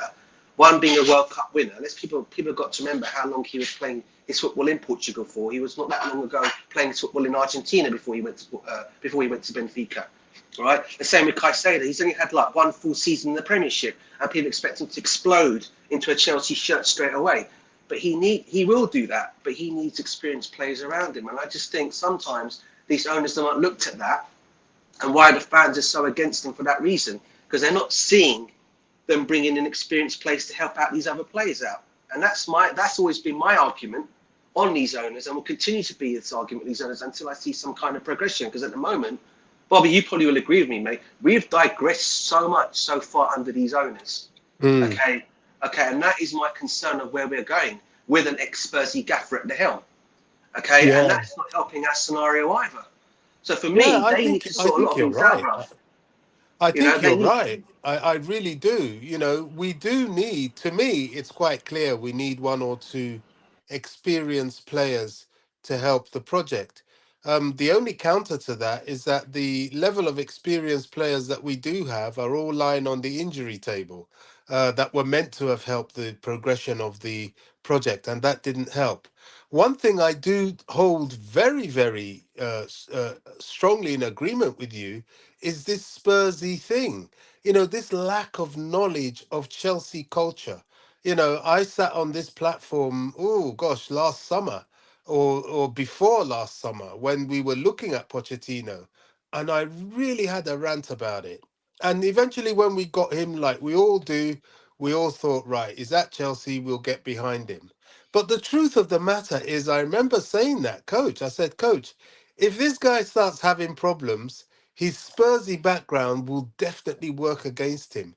The sentiment towards him will never be good because of that background if he's not successful. And this is what's happening now. You know, people detest him because of his background. You know, it keeps coming up as a memory, especially when he doesn't win things. Um, that was not really the best of ideas bringing him in, but he's here now, so I just, you know, support him because he's at Chelsea. But really, I'm not sure he's the man. Even if he wasn't Spursy, I'm not sure he has the wherewithal to take us to the promised land. So I agree with you. I really agree. Well, I always agree with you, DJ. You know, no, bro. that's fine.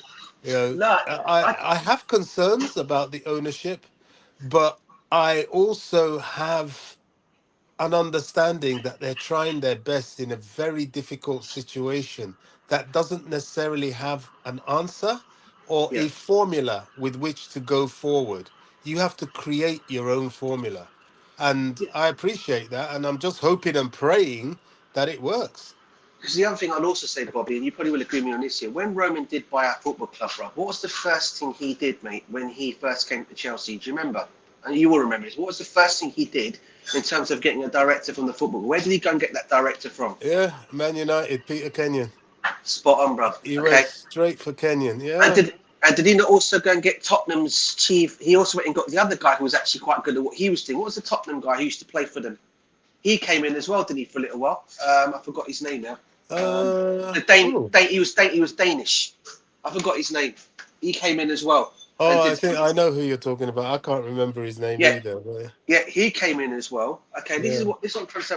Compared to, and I think a lot of the Chelsea fans, okay, are going to compare this because even under Ken Bates, we had Colin Hutchinson. Yeah, we had Trevor Birch that came in, right? Yeah, yeah. Okay, these guys were doing pretty good when under Ken Bates, and when obviously when Roman Abramovich came in, okay, he went and got Peter Kenyon.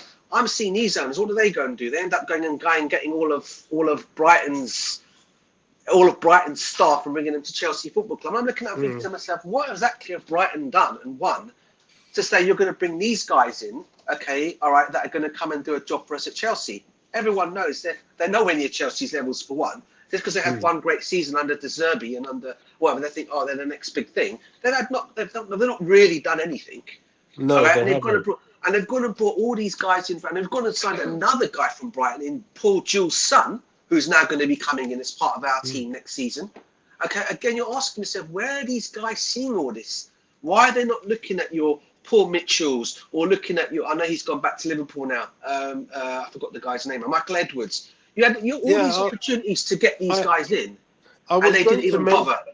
I was going to mention that because the truth of the matter is the first sporting director they tried to move heaven and earth to get indeed was Michael Edwards.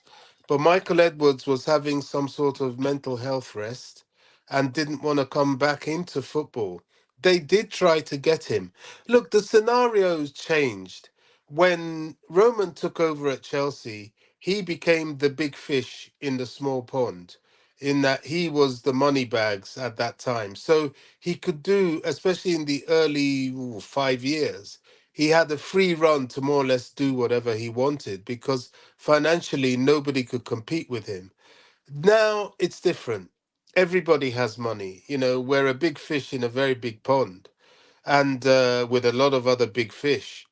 And it's harder to get your own way. They did try for Michael Edwards. I believe they even tried for Paul Mitchell. But none of these guys would come for various reasons. And so then they had to go for your Christopher Vivels and your um, Paul Winstonleys, which, although they haven't won the big prizes, it's not an unsensible thing to do. I mean, you don't have to have a history of winning big prizes to be able to win big prizes. I mean, Michael Edwards, when he started at Liverpool, he hadn't won anything, but eventually he did win the league and the European Cup. So it's not too illogical, but I get your point. But the reality is the layer of the land in which we're operating now as compared to when Roman came is very difficult, is very different. And I think that's what a lot of fans struggle with. They keep remembering those days gone by, and those days are truly over. We have a different situation. Everybody has money now. Even the lower clubs have money. They can compete with you a bit in the transfer market. And of course, we have PSR and FFP who are extremely limiting regulations, which didn't exist when Roman started.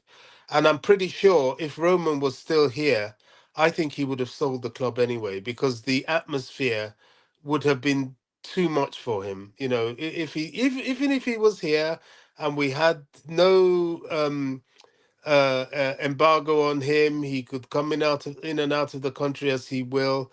I think he would have sold the club anyway. The only difference is that he would have put some money in his pocket by selling it, because the situation has changed so much. I mean, you've got nation states owning clubs now.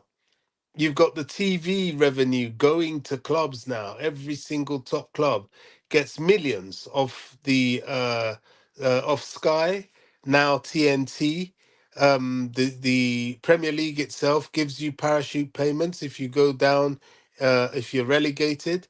So there's a lot more money floating around, which wasn't there when Roman came. So it's a mitigating circumstance. I know it's difficult to take. Everybody wants it now, now, now. I get it. Oh, why don't we do this? Why don't we do that? Well, we can't. We've taken a model which provides sustainability, which gives us the potential for profit and sustainability. That's why you have the rules, profit and sustainability regulations. Now, the sustainability is that they're youngsters on lower wages. The profit is that they can progress and start to win things together as a unit. That's the model they've gone under. Now, is it the right one? Time will tell. Nobody knows. You got to do something, you know what I mean? But Yeah. nobody knows. And that's where a lot of fans are getting frustrated, because they don't know the outcome.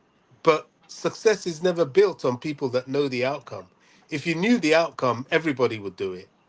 You know what I mean? No, And I I, and I agree. want to say quickly so that we Yeah. can Oh, bring sorry, DJ bro. on. Bob, were you still speaking? No, I've dropped. Okay, just quickly, I DJ, I'll come to you in a bit. That's a question for you on the screen. You dry once you address it, I'll get a few comments and get to the very bottom of the comment section. What I want to say quickly is this: I think fans have every right to feel the way they're feeling, uh, and that's what fans do. Things aren't going the right direction. We've been struggling, lots of issues here and there. So that's why I understand the frustration of the fans. The question I'm asking, what some of the fan base, what some content creators are cheering the fans to do, isn't something I believe will work. It won't even move. It will not move a needle, in my opinion. And I did say the sort of response we got from the club after that letter from the what's it called? The fans, what's it called? The open letter to them. I did Chelsea argue that supporters trust. letter did come across to me as if they're being defensive, and that's what you get when the way you are approaching such situation comes across to the person you're trying to communicate something to, comes across as if you're challenging their authority, or maybe you're saying they're not doing anything right. You practically didn't you haven't in any way in that letter in question say, yeah, you're doing this right, you're doing this right, but we think if you do this way, we'll be better off.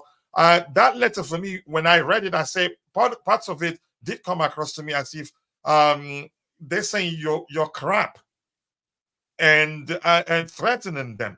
And then they got a response which I argued for me did come across as if they were being defensive, and that's what you get when you're not.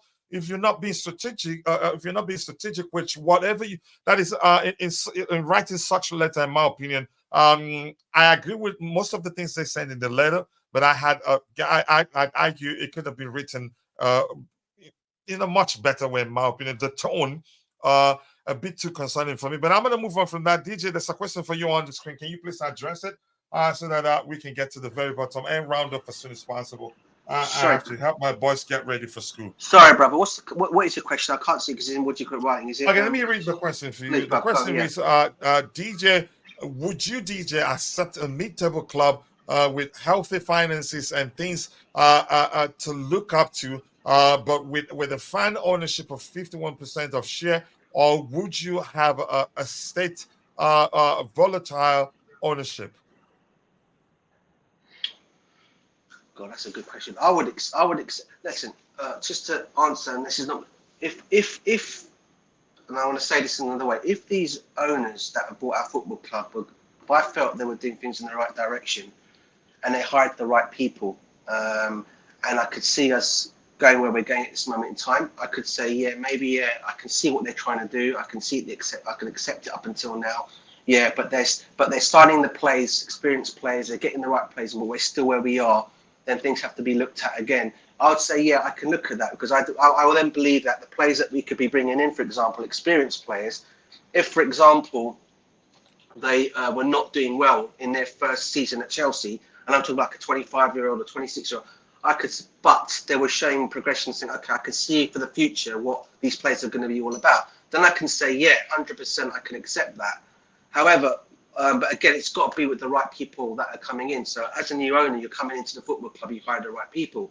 Now, for me, Christopher Vavell was that right person coming into this football club. Why we got rid of this guy? Because of two things. First of all, he wanted, let's get one thing straight. The deal for Enzo Fernandez is all but done and wrapped up. My understanding is the deal for Enzo Fernandez was wrapped up by him at a lower price. Why these owners went and got involved in it, I don't know. Because when Stanley and Stewart decided they want to get involved, completely messed up the deal. And then obviously Bally went off to Portugal and got the player for higher money. First of all, put that one down. Secondly, okay, Christopher Vell mentioned two managers that we wanted at the football club. He asked for the German manager and he wanted Luis Enrique, both who he recommended to these owners. Okay, and for whatever reason or another, both were interviewed for the job. Enrique was happy to take the job. And my understanding is he was happy to take the job, even in Chelsea's situation. He was happy to take the job on. But for whatever reason or another, I think he said a certain place he wanted to keep or certain place he wanted to buy. The owners didn't want that because I think he wanted some experienced players around his team. All right. They decided no, they got rid of him. So what did they go and do? They went and got Graham Potter. This is my understanding. This is why I feel I can't have a trust on these owners, okay, at this moment in time because of that reason.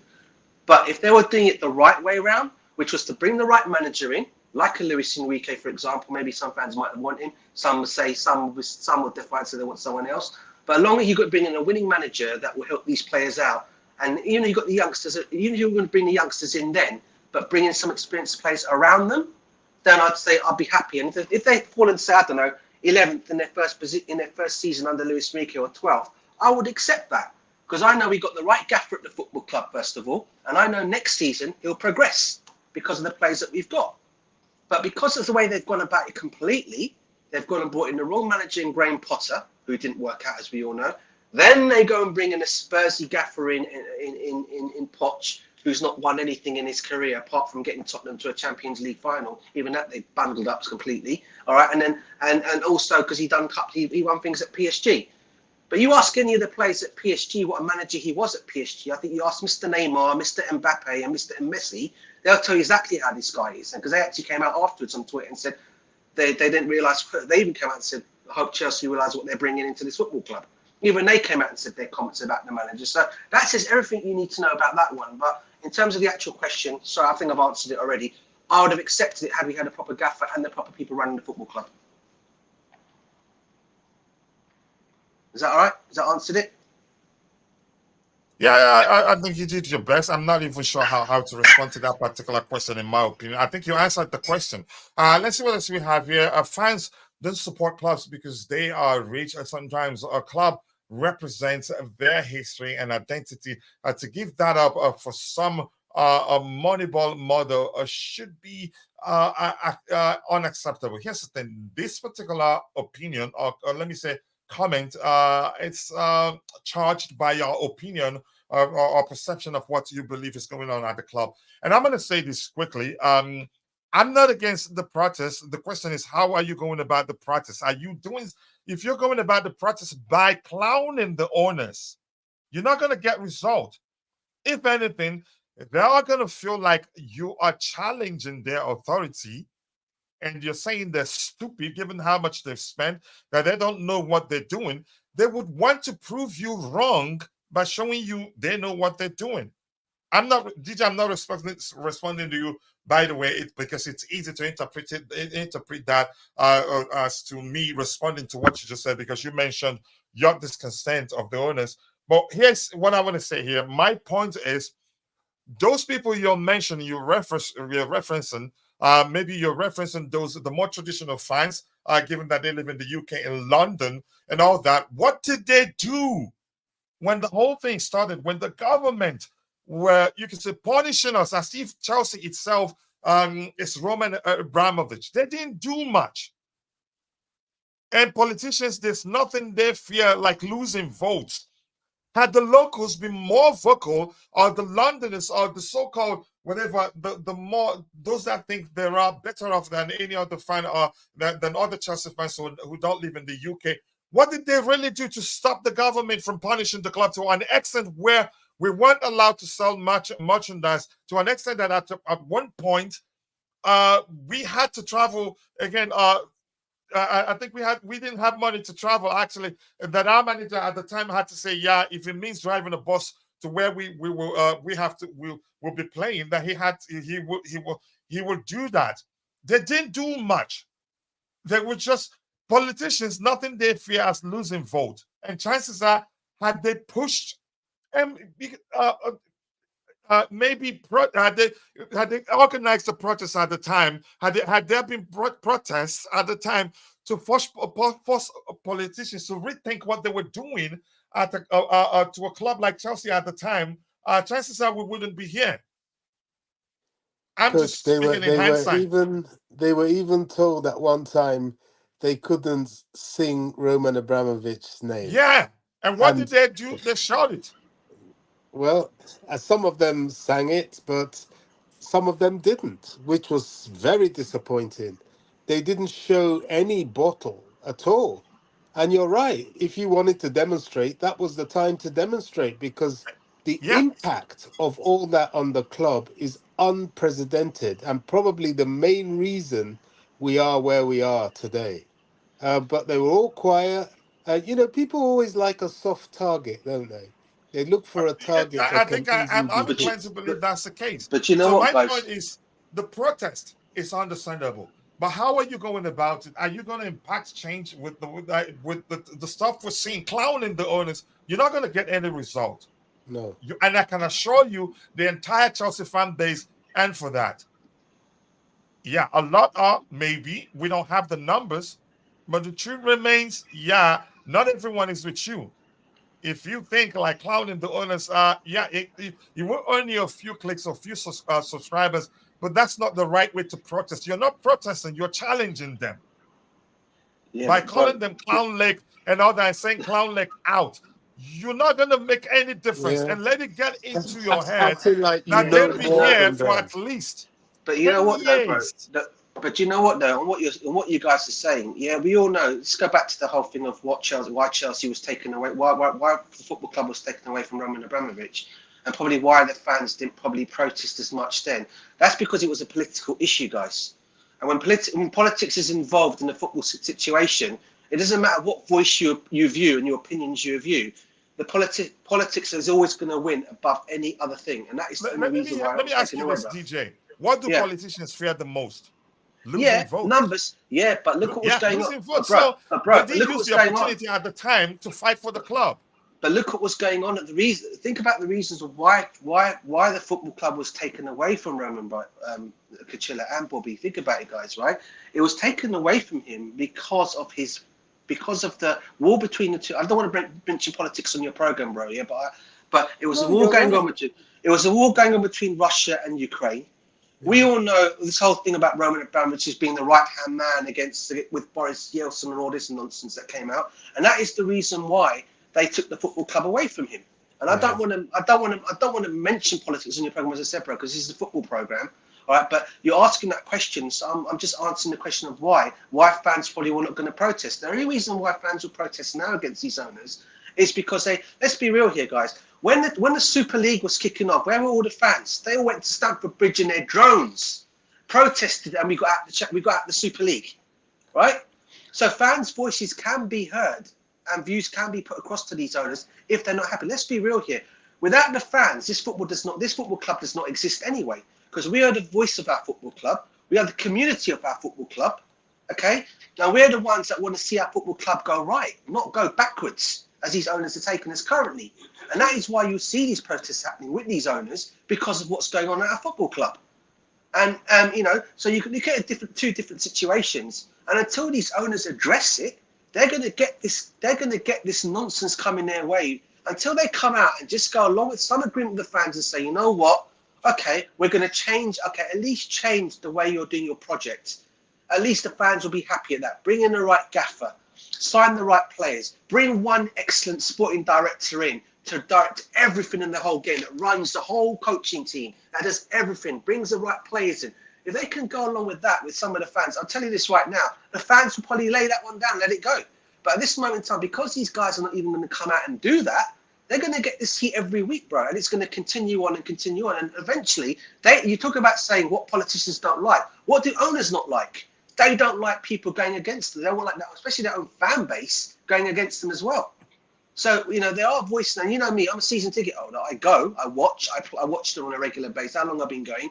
All right, with my dad, for years on end. Bobby knows this as well. All right, okay, and it's not that I'm making this argument now. I've been going to Chelsea since I've been a fan of the football club since the 80s. I've seen us go in worse circumstances. As you all know, what happened to us in the 80s. Bobby will know that as well. Yeah, but what I'm talking about now is that we have a voice now, and the voices will be put to these owners until they start to address things, and that's the only reason why our fan base are getting angry and upset at this moment in time, because they're not seeing the progression of what these guys are trying to do. They're not giving us any kind of direction of where they want to take our football club. All it is you approve of everything they're doing. Here's my argument. I understand your point. Do you think I'm happy to? And I've said countless times, they've made a lot of mistakes. But I think I've seen things that also that show that have. Yeah, I'm not saying everything's bad.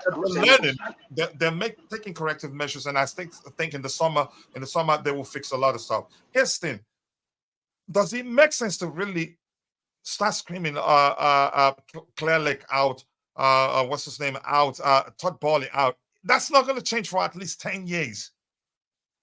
That's not you expressing. That your dissent or showing that you're not happy with regards to the direction the club, with the situation we find ourselves in right now.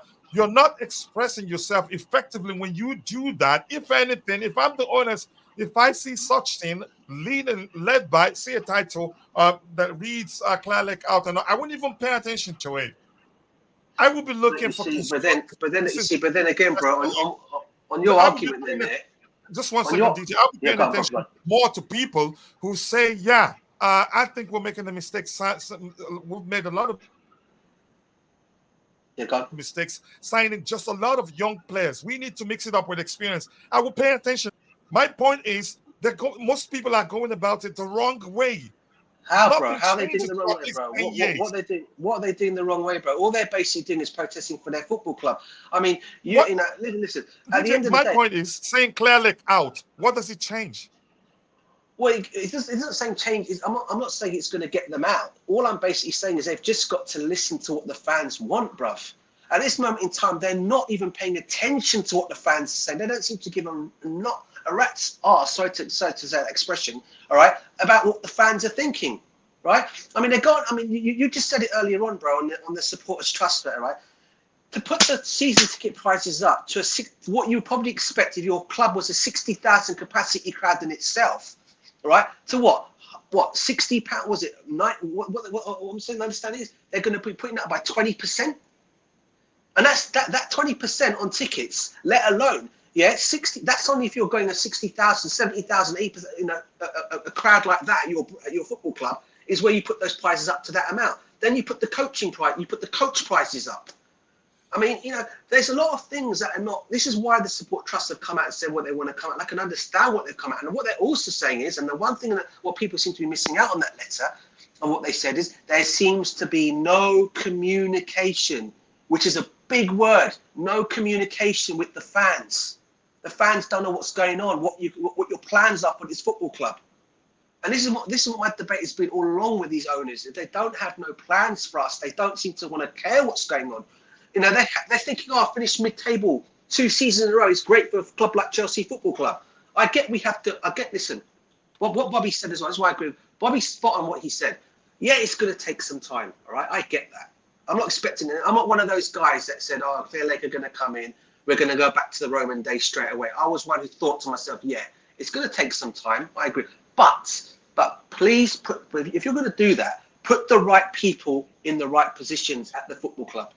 Bring the right people in. So we know you guys are saying to yourself, you're serious about this project. You're putting the right people in place. And you want this football club to continue its progression. Coming in and sacking Thomas Tuchel, one of your most successful managers, regardless of whatever it might have been towards the end of his reign, was not one of the things to be doing, and bringing a manager like Graham Potter in when you had a winning manager like Thomas Tuchel there. Okay, some fans will say he had to go. Maybe there was some little slits of it, whatever that was. But at the end of the day, he was still a winning manager. A guy who went on press conferences on numerous occasions when the government sanctioned away the football club from the Roman. I don't care where I go. I'll travel by the bus. I'll go by coach. I'll do this just to take my football club to the next games of the Champions League game. That's what you call a manager who cared and loved your football club. Yeah, but then you go and get rid of him because it got a little bit dire. Okay, you bring in a manager like Graham Potter, which was completely a mistake in itself. And then on top of all that, you're going to bring in his backroom staff and to think, oh yeah, we're going to solve the situation. Bring Christopher Vell in. That was the first thing, which was a great choice. Then get rid of Christopher Vell. Continue with these two idiots in Win Stanley and Stewart, who've done nothing for me personally. All right, well, since they've come to the football club. All right, okay. And then you're letting our club go backwards. That's the only reason why the football club, why fans are protesting at this moment in time. It's nothing against what people are making out to be what they want to protest against. Yeah. Here's the thing. Do you get me, bro? I totally understand. I agree on a lot of stuff. My question is, I think where we disagree is the manner at which we're protesting. Some of them will not. For instance, let me say this. If you want me to name, some of them saying Clearlake out, this out, and all you talk about is how they're here to make profit. You will not. That protest will not impact change. Protests impact change when you are clear with what you want done. If anything, and I'm going to keep repeating this. The Chelsea Supporters Trust, for me, in my opinion, more of challenging the authorities of the owners than saying we want change. That's how I see it. The ticket price hike is not good, especially at the time when the club, when we're not doing well on the pitch. I agree. 100%. But some of the language is used. Me as an individual, if that comes to my table as the person that it is directed to, I don't think I will even read it further. If I read it, once I see where the aspect that I mentioned when we addressed that particular letter, that it did come across to me as threatening. Every other thing you're saying to me, absolute husdung. I won't pay attention to it again. And I told people the response that we got from the club if anything, comes across as them being defensive. That's how I read it. I don't just read what people say. I pay attention to each and every word, but that's me. Chances are maybe the letter, the open letter moved the needle. I don't know. I'm just expressing my opinion as an individual. And by the way, Glenn, I agree with you. I think they see it the way they see it. We see it the way we see it. And maybe it's not working for them. But my opinion, I still argue that had it not been for the behavior, what they're seeing, what they're observing from Chelsea fans, I don't think they'd be protesting right now, because they lacked money in the first place, which was why they were looking for people to buy stakes in their club. But that's another argument for another day. My point is, the protest will not work given the way some people are going about it. Some people are constructive, and I'm sure the owners are paying attention. Some people talk about how we need more experience. Some people talk about how signing a lot of young players will not lead us to anywhere. But when you go about creating posters, posting about the owners, calling them Clown League, are they going to listen to you? If you want to have a conversation with me and lead your approach to me with abusive words or name calling, I'm not going to pay attention to you. Bro, that's my point. Bro, you've just hit the nail right on the head. You just used the word conversation and communication, yeah? That's what we're talking about here, right? Communication and conversation, right? Am I correct in saying what you just said there, yeah? Is that right? Is that right, Kachili? You just said conversation. Say that again? You just said conversation and communication, right? Is that what you just mentioned just now? But I said it in another context, not where you. I said it in the context that if you want to have a conversation with me, and you lead your approach when you want to initiate the conversation, you lead your approach by insulting me. Then I'm not going to listen to you. We wouldn't even get a chance to converse, let alone come into an agreement.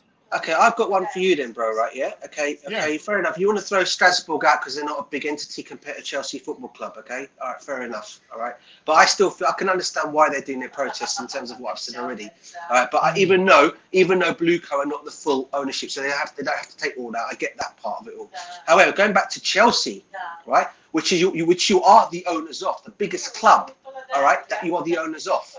When the supporters trust are writing you a letter and they're asking for answers, don't go and send your man, Mr. Jurassic Park, to answer the questions. You come out and speak to the owner, the fans themselves, and say to them, this is the situation. But what do they go and do? They decided they're going to go and bring in Mr. Jurassic Park to answer all the questions. Right? That's really going to help, isn't it, their situation? When they should actually be coming out and addressing the fans and telling the fans at this moment in time, they know it's getting peak for them. The fans are losing it. The fans are getting, what do you call it, on the football club now, what's going on. They're worried about our club. That's what it's all come down to, bro. It comes down to the fact that us fans are worried about our football club because of what these owners are currently doing with the football club. Remember one thing, these owners will come and go. Owners will come and go. But Chelsea Football Club will always be there. And this is what, if you, especially with that crest, that badge, that crest, I always keep to mention it, that badge that's on your sleeve that everyone supports.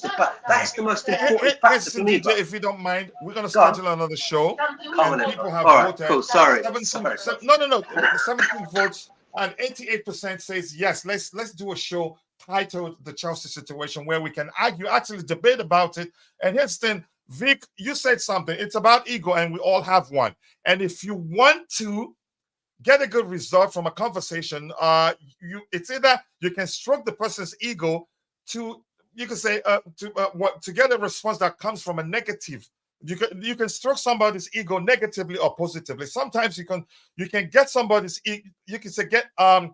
stroke somebody's ego in a manner that you get a positive result. In some cases, if you do that and miss it and they feel challenged, you get a negative result or response, to be more specific. So it's about reasoning. We all have ego. And the response that people get from us, no matter how objective you think you can be, depends on whether that person seeking a response from you structure your ego negatively or positively. Does that make sense? And Vic, much respect to you. You have every right to tell me that I can't take criticism. That's up to you. But I'm not talking about myself.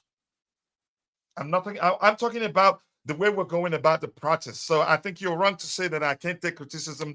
And I know you're joking the way you put it, but I'm just making it clear. Let's continue this discussion some other time. We all love the club.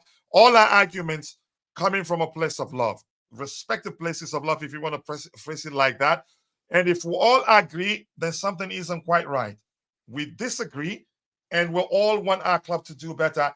And boy, sorry, I'm late. I have to go help my wife get the kids Sorry, ready for bro. school. So it's all love and respect, actually. Yeah, Much no, love, much nothing, love. bro. This conversation, this conversation is important. We must continue later, and at least 19 people, want us to continue the conversation later. It's all coming from a place of love, and I'm not gonna actually big up anybody. I'm already late. And my wife right now, things she's doing, she shouldn't be doing alone. I have to go help. Let's talk when we schedule the show. Hopefully next time we'll start earlier. Much love to all of you. God bless us all, and cheers. Peace, everyone.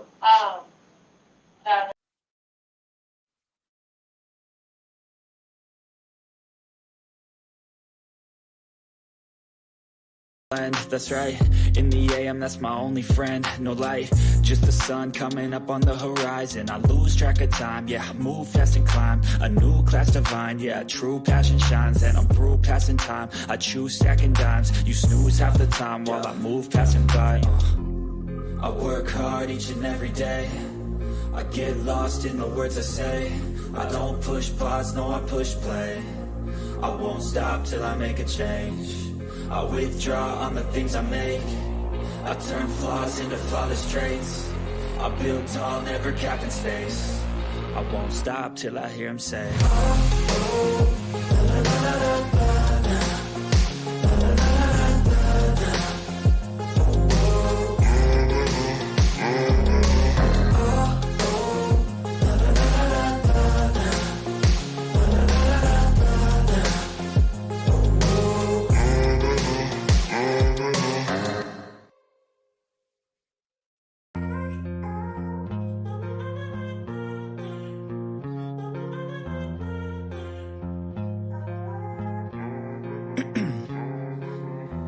in my veins, I've been driving this train.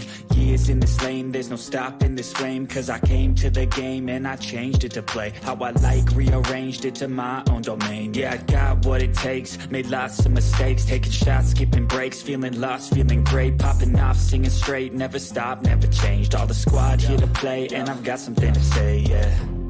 I work hard each and every day, I get lost in the words I say. I don't push pause, no, I push play. I won't stop till I make a change. I withdraw on the things I make. I turn flaws into flawless traits. I build tall, never capped in space. I won't stop till I hear him say,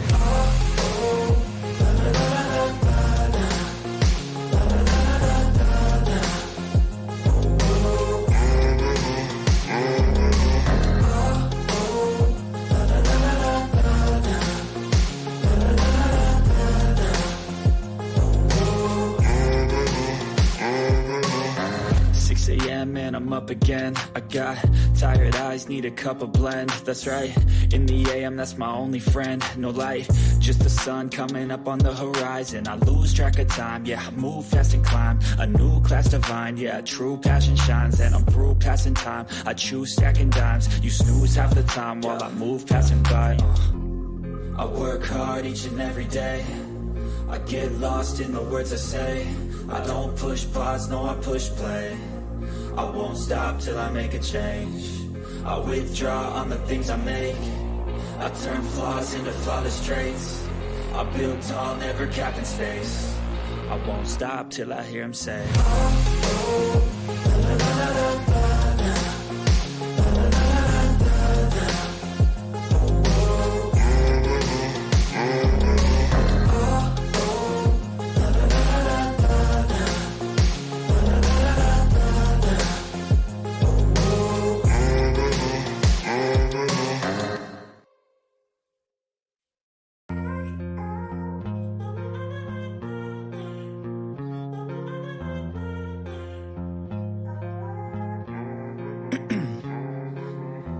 in my veins, I've been driving this train.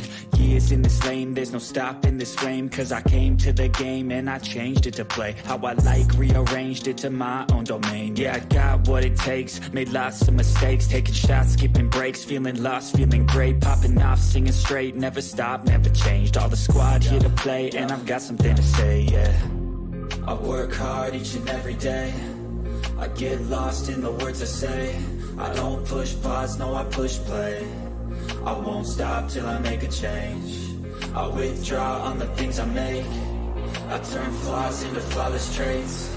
I build tall, never capped in space. I won't stop till I hear him say,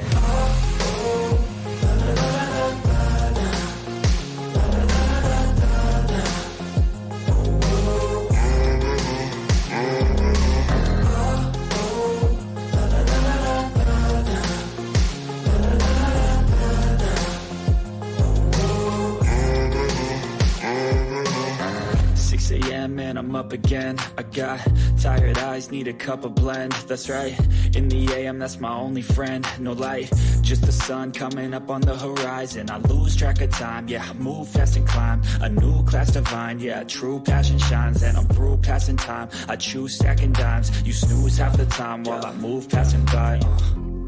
I work hard each and every day. I get lost in the words I say. I don't push pause, no I push play. I won't stop till I make a change. I withdraw on the things I make. I turn flaws into flawless traits. I build tall, never capped in space. I won't stop till I hear him say,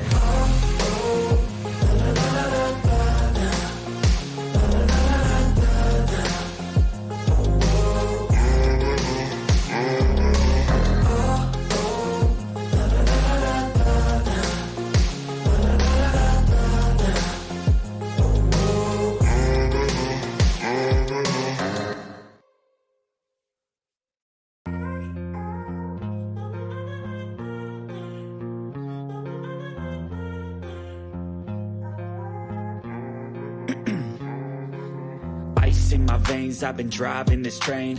Years in this lane, there's no stopping this flame. Cause I came to the game and I changed it to play how I like, rearranged it to my own domain. Yeah, I got what it takes, made lots of mistakes, taking shots, skipping breaks, feeling lost, feeling great, popping off, singing straight, never stopped, never changed. All the squad here to play and I've got something to say, yeah. I work hard each and every day. I get lost in the words I say. I don't push pause, no I push play. I won't stop till I make a change. I withdraw on the things I make. I turn flaws into flawless traits. I build tall, never capped in space. I won't stop till I hear him say,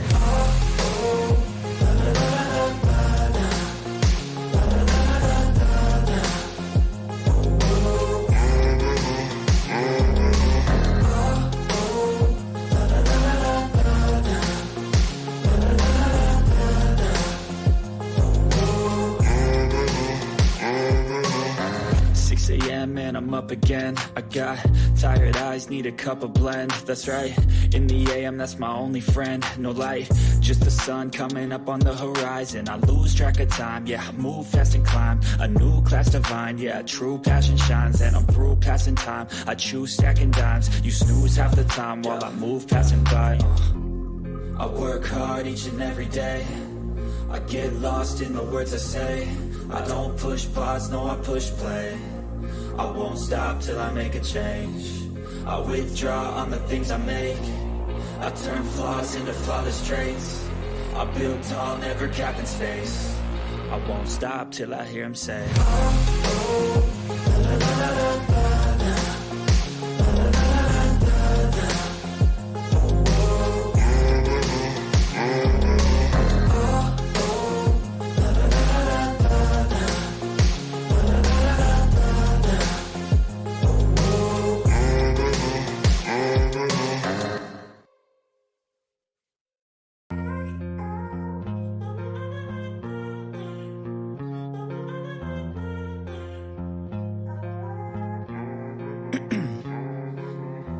in my veins, I've been driving this train. Years in this lane, there's no stopping this flame. Cause I came to the game and I changed it to play how I like, rearranged it to my own domain. Yeah, I got what it takes, made lots of mistakes, taking shots, skipping breaks, feeling lost, feeling great, popping off, singing straight, never stopped, never changed. All the squad here to play and I've got something to say, yeah. I work hard each and every day. I get lost in the words I say. I don't push pause, no I push play. I won't stop till I make a change. I withdraw on the things I make. I turn flaws into flawless traits.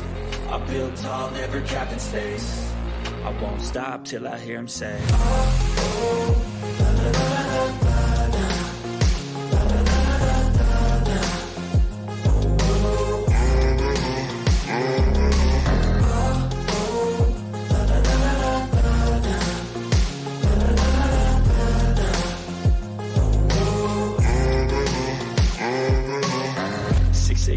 and I'm up again. I got tired eyes, need a cup of blend. That's right, in the AM, that's my only friend. No light, just the sun coming up on the horizon. I lose track of time, yeah, I move fast and climb a new class divine, yeah, true passion shines. And I'm through passing time, I choose stacking dimes. You snooze half the time while I move passing by. I work hard each and every day. I get lost in the words I say. I don't push pause, no, I push play. I won't stop till I make a change. I withdraw on the things I make. I turn flaws into flawless traits. I build tall, never capped in space. I won't stop till I hear him say,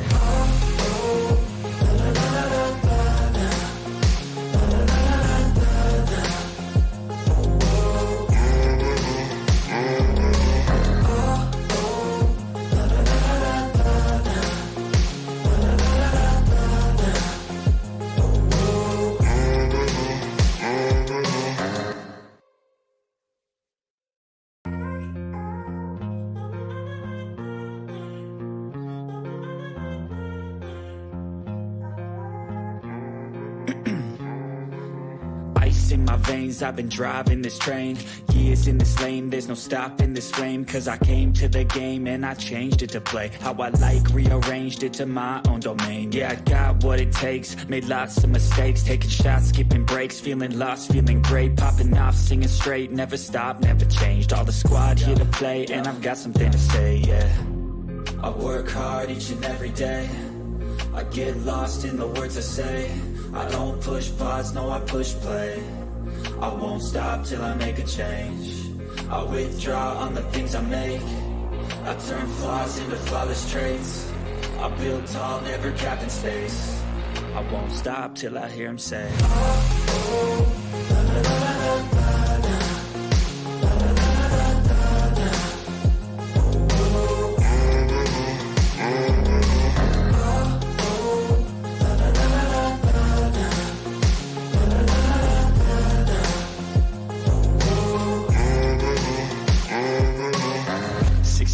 and I'm up again. I got tired eyes, need a cup of blend. That's right, in the AM, that's my only friend. No light, just the sun coming up on the horizon. I lose track of time, yeah, I move fast and climb a new class divine, yeah, true passion shines. And I'm through passing time, I choose stacking dimes. You snooze half the time while I move passing by. I work hard each and every day. I get lost in the words I say. I don't push pause, no, I push play. I won't stop till I make a change. I withdraw on the things I make. I turn flaws into flawless traits. I build tall, never capped in space. I won't stop till I hear him say,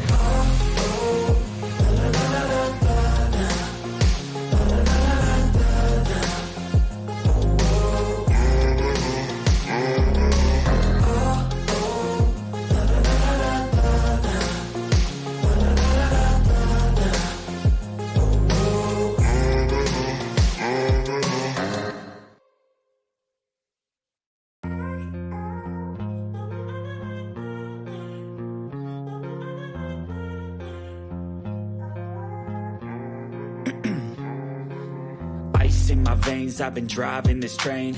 Years in this lane, there's no stopping this flame. Cause I came to the game and I changed it to play how I like, rearranged it to my own domain. Yeah, I got what it takes, made lots of mistakes, taking shots, skipping breaks, feeling lost, feeling great, popping off, singing straight, never stopped, never changed. All the squad here to play and I've got something to say, yeah. I work hard each and every day. I get lost in the words I say. I don't push pause, no, I push play. I won't stop till I make a change. I withdraw on the things I make. I turn flaws into flawless traits. I build tall, never capped in space. I won't stop till I hear him say,